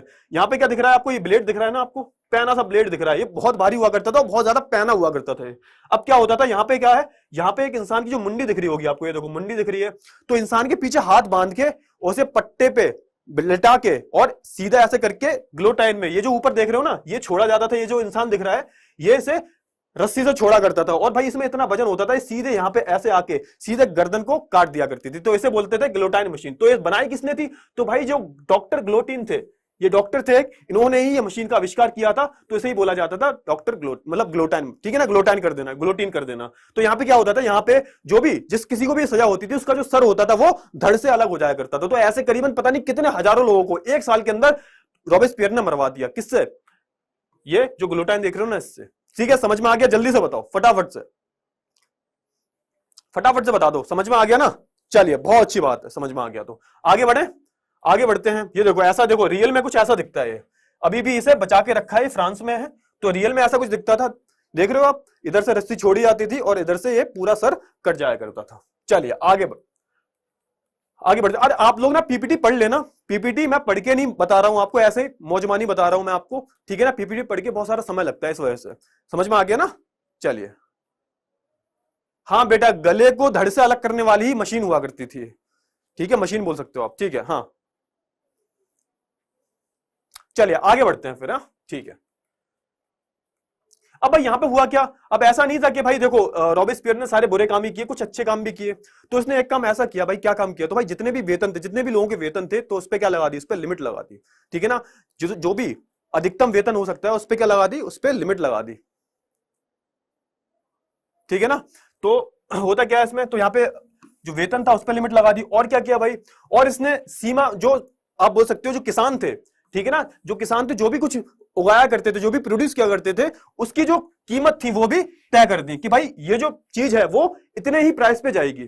तो यहाँ पे क्या हुआ भाई, दो चीजें हुई। पहली क्या चीज हुई, तो जो भाई आप बोल सकते हो अधिकतम जो वेतन था वो क्या कर दिया गया, वो निश्चित कर दिया गया, अधिकतम किसका कितना वेतन हो सकता है, ठीक है ना। चलिए, और क्या हुआ भाई, किसानों को अब एक तय कीमत पर शहर में जाकर अनाज बेचना होगा। जो भी भाई वो अनाज वगैरह उगा रहे हैं, वो एक तय कीमत, इतनी तय कीमत कर दी कि भाई इतने ही कीमत में आपको किसानों को दिया जाएगा, या इतने ही कीमत पे किसान जो है बेचेगा, या फिर खरीदने वाला उतनी ही कीमत पे खरीदेगा, ठीक है। और क्या हुआ भाई, अब भाई जो सफेद आटा था जो महंगा आया करता था, उसे बंद कर दिया। और भाई यहाँ पे क्या था बेसिकली, जो समता रोटी होती है, ठीक है ना, जो समता रोटी होती है उसे ज्यादा यूज में लाया गया। समता रोटी आप बोल सकते हो ये मक्का की, ये जो थोड़ा जो साबुत गेहूं होता है उसकी जो रोटी है, उसे ज्यादा यूज में लाया गया। तो ये सारे जो बदलाव है ये देखने को मिले। अब यहाँ पे क्या था बेसिकली, अब जो आप बोल सकते हो जो जैकोबिन क्लब था, इसमें कौन लोग ज्यादा थे, तो इसमें जो गरीब लोग हैं, मैंने बताया था ना, जो गरीब लोग हैं उन्हें अधिकार नहीं मिले थे। अधिकार किसे मिले थे, जो पढ़े लिखे लोग हैं। तो ये जो संविधान था, ये दिखावटी संविधान था, क्योंकि इसमें आधे लोगों को तो अधिकार नहीं मिले थे। लेकिन भाई जो जैकोबिन क्लब था, ये गरीबों का था, इसमें गरीब लोग थे, छोटे मोटे जो लोग हैं वो थे। तो यहाँ पे क्या हुआ, यहाँ पे गरीबों का कुछ फायदा हमें देखने को मिला, ठीक है। इतना समझ में आ गया, फटाफट से बताओ। ओ थैंक यू बेटा, थैंक यू, फटाफट से बताओ, थैंक यू बेटा, थैंक यू। समझ में आ गया ना। चलिए आगे बढ़ते हैं। अब देखते हैं भाई, अब एक चीज और हुई भाई, जैसे होता है ना कुछ बोलते हैं आप मिस्टर मिसेस वगैरह का यूज करते हैं ना, कुछ चीजें जो होते हैं, ओहदे दिए जाते हैं कुछ लोगों को, मिस्टर मिसेस वगैरह। तो यहाँ पे पहले जो ओहदे थे, यानी कि जैसे मान लो अगर मैं बात करूं पुरुषों की, तो उन्हें पहले क्या बोला जाता था, इन्हें मॉस्यूर बोला जाता था फ्रेंच में, मॉस्यूर। अब इसका इस्तेमाल बंद हो गया और इसकी जगह क्या, इसकी जगह सितोयन का यूज करने, नागरिकों के लिए यूज करते हैं। अगर आप बोल सकते हो पुरुष नागरिक, और ये आप बोल सकते हो महिला नागरिक। तो महिला नागरिक के लिए क्या यूज करते थे ये लोग, महिला नागरिक के लिए पहले ये मदाम का यूज करते थे, अब यहाँ पे सितोयन का यूज करते हैं। वैसा ही भाई पुरुष नागरिक के लिए यहाँ पे पहले किसका यूज करते थे, मॉस्यूर का यूज करते थे, अब यहाँ पे सितोयन का यूज करते थे यहाँ पे। ठीक है ना, किसकी बात हो रही है यहाँ पे बात हो रही है महिला और पुरुष के बारे में। तो यहाँ पे जो भी था बेसिकली, जो परंपरागत हम यहाँ पे संबोधित करते थे किसी को भी, जैसे आज के टाइम पे बोलते हैं ना मिसेज फला XYZ, मिस्टर XYZ, तो ऐसे ही पहले यहाँ पे ऐसे करके संबोधित किया करते थे। तो इसमें भी इसने बदलाव करती है। तो इतने सारे जो बदलाव थे ये देखने को मिले सिर्फ 1 साल के अंदर। अब भाई कहानी में यहाँ पे ट्विस्ट आता है। ट्विस्ट क्या आता है भाई, आप कहोगे सर हुआ क्या, ये तो मतलब बेफालतू में लोगों को मारे जा रहा है, इसने हजारों लोगों को मार दिया फालतू में, मतलब जो भी आपके अगेंस्ट जाएगा आप उसे मार दोगे, चाहे वो आपकी ही पार्टी का क्यों ना हो। तो यहाँ पे हुआ क्या, अब भाई ऐसा होता है कि देखो इसके जो क्रूरता, जो क्रूर नियम थे, ठीक है ना, इसके जो क्रूर नियम थे, इसकी वजह से क्या हुआ, इसके जो खुद के समर्थक थे ना, ठीक है, वो इससे डरने लगे। अब उन्होंने क्या, यार अगर हमने इसे ऐसा सपोर्ट करते रहे, हम इसे अगर ऐसे सपोर्ट करते रहे और ऐसा ही अगर ये लीडर बना रहा, तो पता नहीं है कितने को मरवा देगा, हमें खुद मरवा देगा ये, अगर ये ऐसे लीडर बना रहा। तो क्या होता है भाई, इसके जो कुछ पार्टी के लोग होते हैं वो इस पे कुछ आरोप लगाते हैं और वो सच साबित हो जाते हैं। यानी कि इसने कुछ कानून बनाए थे ना, तो इसने ही तोड़ दिया खुद कानून बना के वो, ठीक है ना। आप ये समझो इसने जो कानून बनाए थे, तो उस कानून में इसे उलझा के इसे फंसा दिया गया। और भाई क्या होता है, इसे भी ग्लूटाइन कर दिया गया, ठीक है ना, ग्लूटीन कर दिया गया। तो भाई इसे भी इस मशीन में, आप जो मशीन दिखाई थी ना मैंने, ये वाली देखो, ये वाली मशीन, तो भाई होता क्या है फाइनली, तो इस आदमी को भी इस मशीन से ही काट दिया जाता है, इस ग्लूटीन कर दिया जाता है, ठीक है ना। तो वही बात आ गई ना, जैसी करनी वैसी भरनी। तो भाई इसने हजारों लोगों को मारा और फिर इसका भी हाल सेम वैसा ही हुआ जैसे इसने हजारों लोगों के साथ किया था। तो यहां पे ये क्या होता है, यहां पे जैकोबियन क्लब का भी अंत हो जाता है। ठीक है, जल्दी से बताओ, समझ में आ गया, इतना समझ में आ गया, जल्दी से बताओ। ये देखो ये फोटो है, इसमें ऐसे ऐसे किया जा रहा है। तो 1794 में क्या हुआ, जो रॉबेस्पियर था इसे ग्लोटीन पर चढ़ा दिया गया। जल्दी से बताओ, फटाफट से, समझ में आ गया या नहीं आया। चलिए बहुत अच्छी बात है, समझ में ही आना चाहिए।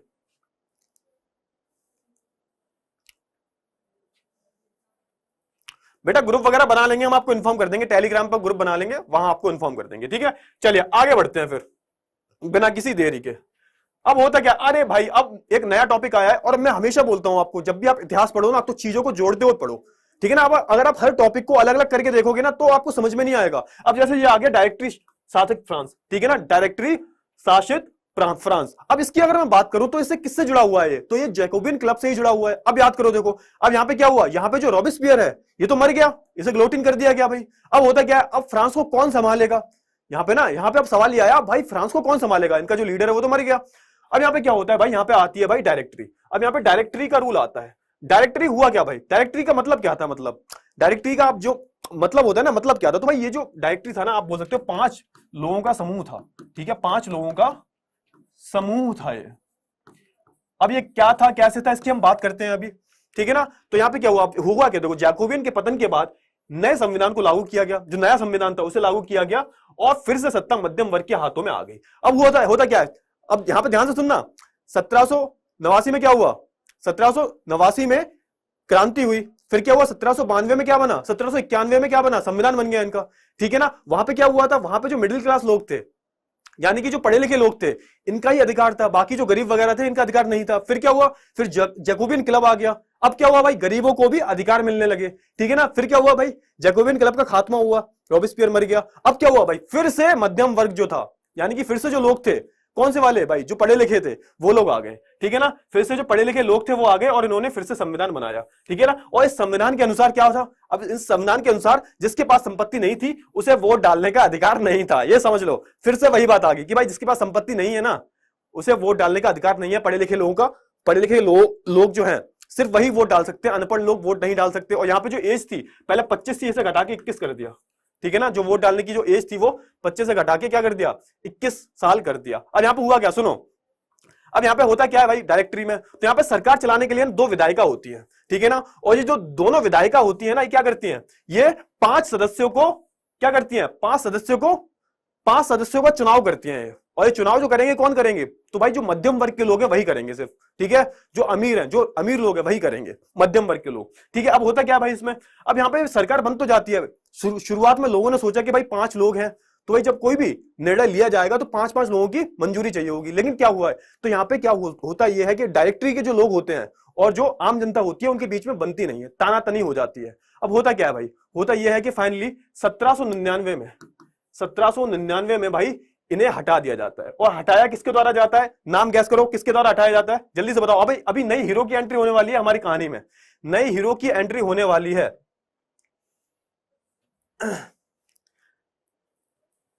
जल्दी से बताओ। और यहां पे ये भी रूल था कि भाई जो डायरेक्टरी थी ना उसे बहुमत वोट से क्या हटाया भी जा सकता था, ठीक है, हटाया भी जा सकता था इस डायरेक्टरी को। और यहां पे हटाता कौन है, जल्दी से बताओ, फटाफट से बताओ। भैया डायरेक्टरी को हटाते हैं हमारे, ये जो देख रहे हो ना, क्या नाम है इनका, नेपोलियन बोनापार्ट, ठीक है। तो ये डायरेक्टरी रूल को हटाते कौन है भाई, नेपोलियन बोनापार्ट डायरेक्टरी रूल को हटा देते हैं। तो पढ़ो यहां पे, देखो क्या लिखा है, डायरेक्टरी और काउंसिल के बीच अक्सर तनाव रहते थे, ठीक है ना, तनाव रहते थे, बनती नहीं थी भाई, ठीक है ना, डायरेक्टरी के बीच में, काउंसिल के बीच में, ठीक है ना। फिर क्या हुआ भाई, अब भाई जो नेपोलियन बोनापार्ट थे ये कौन थे भाई, एक मिलिट्री तानाशाह हुआ करते थे भाई। तो इन्होंने क्या किया, इन्होंने डायरेक्टरी को हटा दिया और क्या हुआ भाई, खुद को स्टैब्लिश किया, खुद बहुत बड़े नेता थे, आप बोल सकते हो बहुत अच्छा नेतृत्व करते थे। उन्होंने तो आधे यूरोप को जीत लिया था यार। तो भाई 1804 में क्या होता है, जो नेपोलियन होता है वो अपने आप को एक तानाशाह डिक्लेयर कर देता है, किसका भाई, फ्रांस का तानाशाह। तो भाई क्या हुआ, देखो फिर से कहानी देखो भाई, जो हमारा फ्रांस था कैसा था, पहले मोनार्की थी, यहाँ पे राजतंत्र था, राजा का रूल था। अब क्या हुआ भाई, उसके बाद क्या हुआ, देखा गया कि संविधान बना, फिर क्या हुआ भाई, मिडिल क्लास का रूल आया, रिपब्लिक बन गया। फिर क्या हुआ भाई, फिर जैकोबियन क्लब आया, फिर जैकोबियन क्लब हट गया, फिर कौन आया, डायरेक्टरी आई। अब डायरेक्टरी को हटा के फिर से क्या आ गई, फिर से तानाशाही, फिर से आप बोल सकते हो राजतंत्र आ गया, ठीक है ना। तो घूम फिर के वहीं आ गए। तो यहाँ पे क्या हुआ फाइनली, तो भाई यहाँ पे फाइनली जो नेपोलियन था ये फिर से रूल करने लगा। हालांकि इसके आप बोल सकते हो टाइम पीरियड में, इसके कार्यकाल में बहुत अच्छे इसने रूल किया। इसे डिटेल में हम दूसरे चैप्टर में पढ़ेंगे, एक हमारा चैप्टर है वहां पढ़ेंगे हम। अभी फिलहाल के लिए इतना जानो कि 1804 में क्या होता है, 1804 में जो नेपोलियन होता है वो क्या करता है, वो सत्ता संभालता है फ्रांस की। और भाई 1813 में भी ये भी इसे 1813 में इसे भी हटा दिया जाता है। वाटरलू का एक बैटल हुआ था, ठीक है ना, वाटरलू जो का युद्ध है, आपने शायद पढ़ा होगा वाटरलू के बारे में। तो उस युद्ध में ये हार जाता है, और उस युद्ध में हारने के बाद क्या होता है, फिर वो जो चीजें हैं वो आपको मैं किसी दूसरे चैप्टर में पढ़ाऊंगा, दूसरे चैप्टर की बात है, वो इस चैप्टर में नहीं करते, ठीक है। फिलहाल के लिए इतना जान लो कि भाई क्या होता है, डायरेक्टरी को कौन हटाता है, डायरेक्टरी को भाई हमारे जो नेपोलियन साहब होते हैं ये हटा देते हैं। उसके बाद क्या होता है, प्रॉपर तानाशाही का रूल आ जाता है। लेकिन हाँ, इनकी अगर मैं समय काल की बात करूं तो ये काफी अच्छे रूलर थे, आप बोल सकते हो। आप बोल सकते हो जो दूसरे थे जैसे लुई 16 थे वैसे नहीं थे, ये बहुत समझदार थे, बहुत दिमाग था इनमें, ठीक है ना। ये बहुत ज्यादा बहादुर थे, आप बोल सकते हो, ठीक है ना। कुछ के लिए हीरो थे, कुछ के लिए विलन भी है ये। तो लोगों के मिक्स रिव्यू रहते हैं इनको लेके कि अच्छे हैं बुरे भी हैं, ठीक है ना। चलिए, तो इतना बताओ, इतना समझ में आ गया या नहीं आया, फटाफट से बताओ, फटाफट से बताओ, इतना समझ में आ गया या नहीं आया, जल्दी से बता दो बिना किसी देरी के, क्योंकि अब नया टॉपिक पढ़ने जा रहे हैं भाई, महिलाओं की बात करने जा रहे हैं, क्योंकि हमने अभी तक महिलाओं की बात नहीं की है और ना ही इन्हें कोई अधिकार मिले हैं। फटाफट से बताओ। तो भाई एक बात बताओ, क्या जब क्रांति हुई थी 1889 में सिर्फ पुरुषों ने ही वो किया था, क्रांति की थी, महिलाओं का कोई रोल नहीं था, जल्दी से बताओ। जब भाई क्रांति हुई थी तो सिर्फ पुरुषों ने ही अपना योगदान दिया था, महिलाओं का कोई योगदान नहीं था, बिल्कुल नहीं भाई, महिलाओं ने बिल्कुल बराबर योगदान दिया था पुरुषों के द्वारा। लेकिन भाई जब क्या बना, संविधान बना, ना महिलाओं को कोई राइट दिए गए, महिलाओं का कोई राइट ही नहीं था, ठीक है ना, महिला पढ़ी लिखी भी नहीं थी। तो यहाँ पे क्या बोल सकते हो आप, तो फ्रांस में महिलाओं की जो दशा थी ना काफी दुर्ग थी, ठीक है, काफी दुर्दशा थी इन लोगों की, इन्हें कोई भी इन्हें अधिकार नहीं मिले थे। तो इसके बारे में हम बात कर रहे हैं, ठीक है। चलिए, तो भाई यहाँ पे क्या हुआ, यहाँ पे जो फ्रांस की महिलाएं थी ना, इन्होंने ये काफी गतिविधियों में शामिल हुई। आप बोल सकते हो 60 जो क्लब है ये बनाए गए महिलाओं से रिलेटेड, आप बोल सकते हो 60 क्लब बनाए गए। जो सबसे आप बोल सकते हो सबसे महत्वपूर्ण जो क्लब था उसका नाम बता सकते हो आप, फटाफट से बताओ, जो सबसे महत्वपूर्ण क्लब था, फटाफट से नाम बताओ, फटाफट से बताओ। जो महिलाओं का ग्रुप था आपके चैप्टर में दे रखा है, इसका नाम बताओ, जल्दी से बताओ,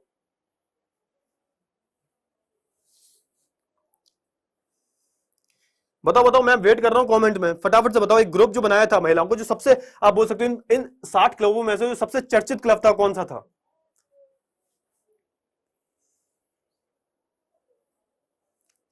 तो भाई उस क्लब का नाम था तो सोसाइटी ऑफ रिपब्लिकन एंड आप बोल सकते हो रिपब्लिकन विमेन।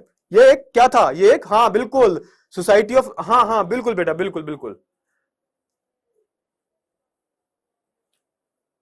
हाँ द सोसाइटी ऑफ, हाँ बिल्कुल बेटा, the society of revolutionary and Republican women करके क्या बनाया था इन्होंने, क्लब बनाया था।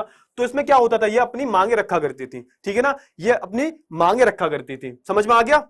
तो भाई महिलाओं के अगर काम की बात करूं तो बुनाई का काम करती थी, कपड़ों की धुलाई करती थी, ठीक है ना, और क्या करती थी भाई, फूल सब्जियां वगैरह बेचा करती थी। तो यही काम किया करती थी, बाकी इनके पास कोई अधिकार नहीं थे, ठीक है।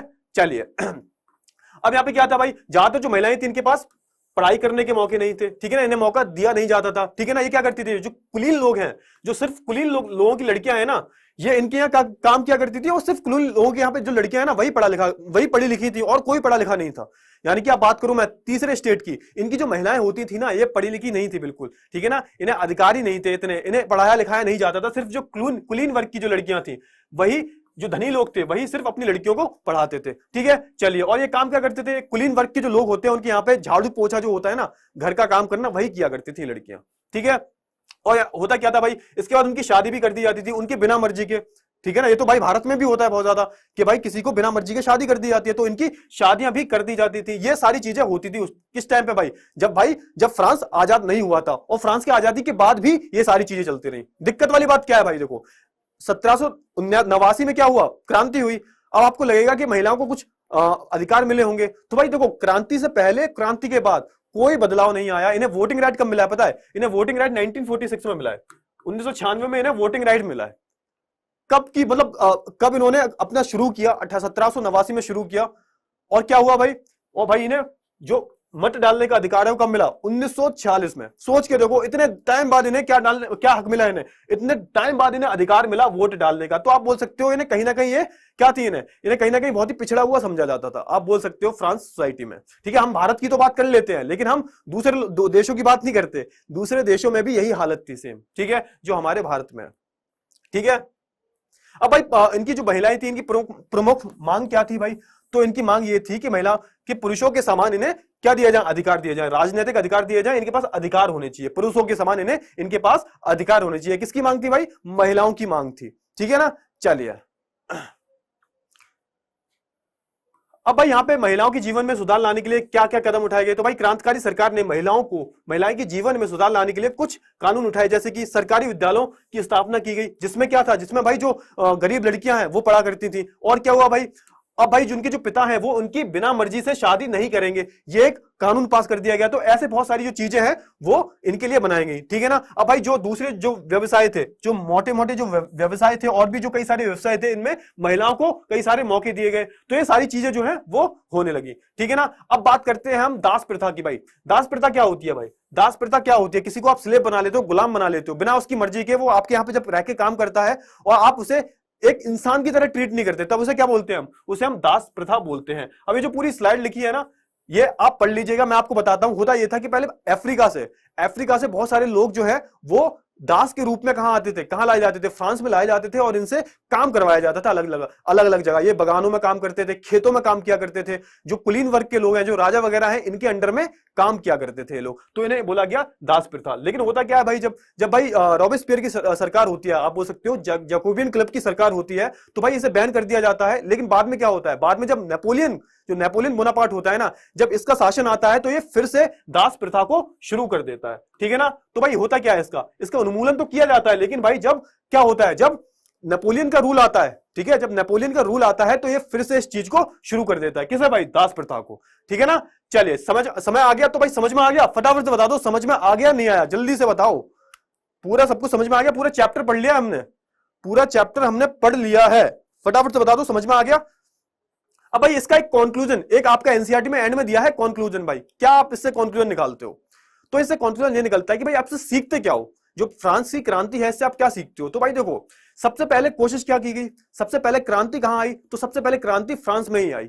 और इस क्रांति ने क्या किया भाई, इस क्रांति ने दूसरे जो देश थे, जहां पे क्या चलती थी, जहां पे आप बोल सकते हो राजतंत्र चलता था, वहां पे लोगों को बताया कि देखो, वहां अगर फ्रांस में ये चीज हो सकती है, फ्रांस में अगर लोग कोशिश करके अपना संविधान बना सकते हैं, तो आप भी बना सकते हो। तो ये फ्रांस क्या, बेसिकली फ्रांसीसी क्रांति है क्या, ये पूरी दुनिया के लिए एक सीख है, ठीक है ना। ये क्या है, एक पूरी दुनिया के लिए एक सीख है। और भाई इंडिया ने भी इससे बहुत कुछ सीखा है। समझ में आ गया, जल्दी से बताओ। तो भाई ये जो चैप्टर था वो हमारा फाइनली फिनिश हो चुका है। अब ये बताओ भाई, अगला चैप्टर किस पे लाऊं मैं, अगला चैप्टर कौन सा पढ़ना है आपको, जल्दी से बता दो। फटाफट से।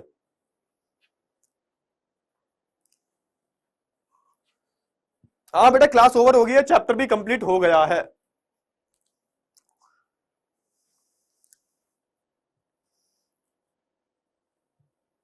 आ गया ना, समझ में आ गया? फटाफट से बताओ। तो एक बार फिर से थोड़ा सा रिवाइज कर ले। देखो बताते हैं, फिर से थोड़ा सा रिवाइज करते हैं। देखो एक सांस में पूरे रिवाइज करते हैं, साथ साथ मेरे साथ साथ रिवाइज करो। 1789 में क्रांति शुरू हुई, ठीक है? 1789 में क्रांति शुरू हुई। क्यों शुरू हुई? तो क्रांति का मतलब क्या पहले बताता हूं मैं। बदलाव। बदलाव क्या होता है भाई? लोग अपने राजा को बदलना चाहते थे। क्यों बदलना चाहते थे? क्योंकि भाई वो जो राजा था वो बहुत ज्यादा क्रूर था, बहुत ज्यादा निरंकुश था। निरंकुश मतलब जिसपे कोई अंकुश ना लगा सके। तो इसका नाम क्या था? लुई 16वां था। भाई ये कितने साल का था जब राजा बना था? 20 साल का था। ये होता क्या है भाई, ये बहुत ज्यादा कर लगाता है, ठीक है ना? अब उस टाइम पे जो हमारी फ्रांसी जो पूरी आप बोल सकते हो समाज था, वो 3 भाग में डिवाइड था। पहला क्या था भाई? First state, second state, third state. प्रथम, द्वितीय, तृतीय, ठीक है? इसमें क्या था बेसिकली? पूरा डिवाइड हो रखा था। इसमें होता क्या था बेसिकली? इसमें जो प्रथम और द्वितीय जो स्टेट थे, इन्हें क्या नहीं पे करना पड़ता था? टैक्स पे नहीं करना पड़ता था। टैक्स पे कौन करता था? तृतीय। तो यहाँ पे क्या होता बेसिकली? यहाँ पे जो भी टैक्स का भार है किस पे था? तृतीय स्टेट पे था। तो यहाँ पे लोग नाराज हो जाते हैं किससे? राजा। 89 में क्या होता है? क्रांति हो जाती है। जब यहाँ पे क्रांति होती है तो यहाँ पे एक नेशनल असेंबली बनाई जाती है, जिसमें क्या होता है? जिसमें पूरा संविधान बनाया जाता है 1791 तक, ठीक है ना? 1791 तक हमारा जो संविधान होता है, यानी कि भाई जो फ्रांस का संविधान होता है वो बनके तैयार हो जाता है। लेकिन इसमें होता क्या है भाई? ये दिखावटी संविधान होता है। इसमें सिर्फ अमीरों को ही हक दिए गए थे। और यहाँ पे भाई जो भी मंत्री वगैरह बैठे हुए थे, ये सब किसके थे? ये सब लुई 16 के थे, ठीक है? तो यहाँ पे होता क्या है? यहाँ पे जो भाई 25 साल के ऊपर के जो लोग हैं, सिर्फ उन्हें ही वोट डालने का अधिकार होता है। और भाई जो कर देते हैं उन्हें सिर्फ वोट डालने का अधिकार होता है। लेकिन भाई यहाँ पे जो अनपढ़ लोग थे, जो पढ़े लिखे नहीं थे, इन्हें वोट डालने का अधिकार नहीं होता। तो बेसिकली होता क्या है? दिखावटी क्या होता है? संविधान होता है। फिर क्या होता है? फिर से एक बार विद्रोह होता है। और यहाँ पे जैकोबिन क्लब जो होता है, ये क्या करता है? ये सरकार को उखाड़ फेंकता है। और यहाँ पे क्या होता है? प्रॉपर आप बोल सकते हो एक प्रॉपर रिपब्लिक की स्थापना हो जाती है, ठीक है? तो यहाँ पे क्या होता है? यहाँ पे होता यह है कि भाई जो रॉबेस्पियर होते हैं, ये क्या बन जाते हैं? ये नए लीडर बन जाते हैं, ठीक है ना? नए आप बोल सकते हो राजा बन जाते हैं। अब होता क्या है भाई? इनके शासन काल में भी बहुत सारा आतंक देखने को मिलता है, ठीक है? आतंक क्या देखने को मिलता है? ये भाई जिसपे इन्हें शक होता है, जो इनके खिलाफ बोलता है, ये इन्हें क्या कर देते हैं? लटका देते हैं, ठीक है ना? मार देते हैं, गिलोटाइन कर देते हैं। होता क्या है भाई? फिर 1794 में भी इन्हें खुद गिलोटाइन कर दिया जाता है। उसके बाद क्या होता है? डायरेक्टरी का रूल आता है। भाई डायरेक्टरी का जब रूल आता है तो होता क्या है? तो काउंसिल जो होती है और जो डायरेक्टरी के 5 मेंबर होते हैं, इनमें आपस में नहीं बनती। और फाइनली जो भाई नेपोलियन बोनापार्ट होता है, वो डायरेक्टरी को ओवरथ्रो कर देता है। उसके बाद क्या होता है? डायरेक्टरी का उन्मूलन कर देता है। उसके बाद क्या होता है? उसके बाद भाई फिर से वहां पे क्या आ जाता है? तानाशाही आ जाती है। फिर से आप बोल सकते हो वहां पे राजा का रूल आ जाता है। समझ में आ गया? जल्दी से बताओ, फटाफट से बता दो। इतना सब कुछ हमने पढ़ लिया है हमारी फ्रांसीसी क्रांति में। इससे हमें सीख क्या मिलती है भाई? कि देखो फ्रांस में पहली कोशिश हुई थी, ठीक है ना? दुनिया में सबसे पहली कोशिश कहां हुई थी? फ्रांस में हुई थी। इससे पहले तो क्या था? इससे पहले तो हर जगह राजतंत्र था। तो भाई फ्रांस में पहली कोशिश हुई थी। यहां से बहुत सारे जो देश है उन्होंने सीख ली है, ठीक है ना? इस वजह से भाई फ्रांसीसी क्रांति है पूरे दुनिया के इतिहास में काफी जरूरी थी और काफी महत्वपूर्ण है। समझ में आ गया? जल्दी से बताओ। तो भाई लेक्चर जो समझ में आया हो तो प्लीज एक बार लाइक कर देना और शेयर कर देना जितना हो सके, ठीक है ना? ये आखिरी लेक्चर था। अब ये पूरा जो चैप्टर है वो खत्म हो चुका है पूरा।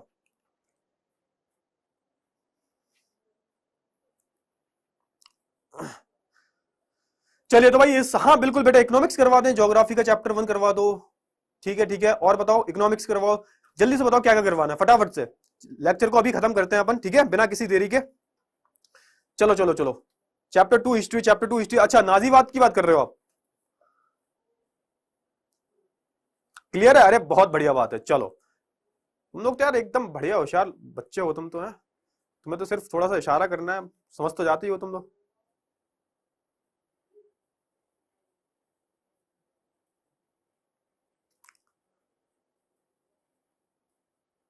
चले चले तो ठीक है, मैं अपने हिसाब से ले आऊंगा कोई अच्छा सा चैप्टर जो बहुत ज्यादा जरूरी है एग्जाम पॉइंट ऑफ व्यू से, ठीक है ना? चलिए तो भाई लेक्चर अगर पसंद आया हो तो लाइक करना, शेयर करना। और भाई इस लेक्चर को हम यही समाप्त करते हैं। मिलेंगे अगले लेक्चर में किसी नए अध्याय के साथ। तब तक के लिए अपना ध्यान रखिए। Good bye, take care.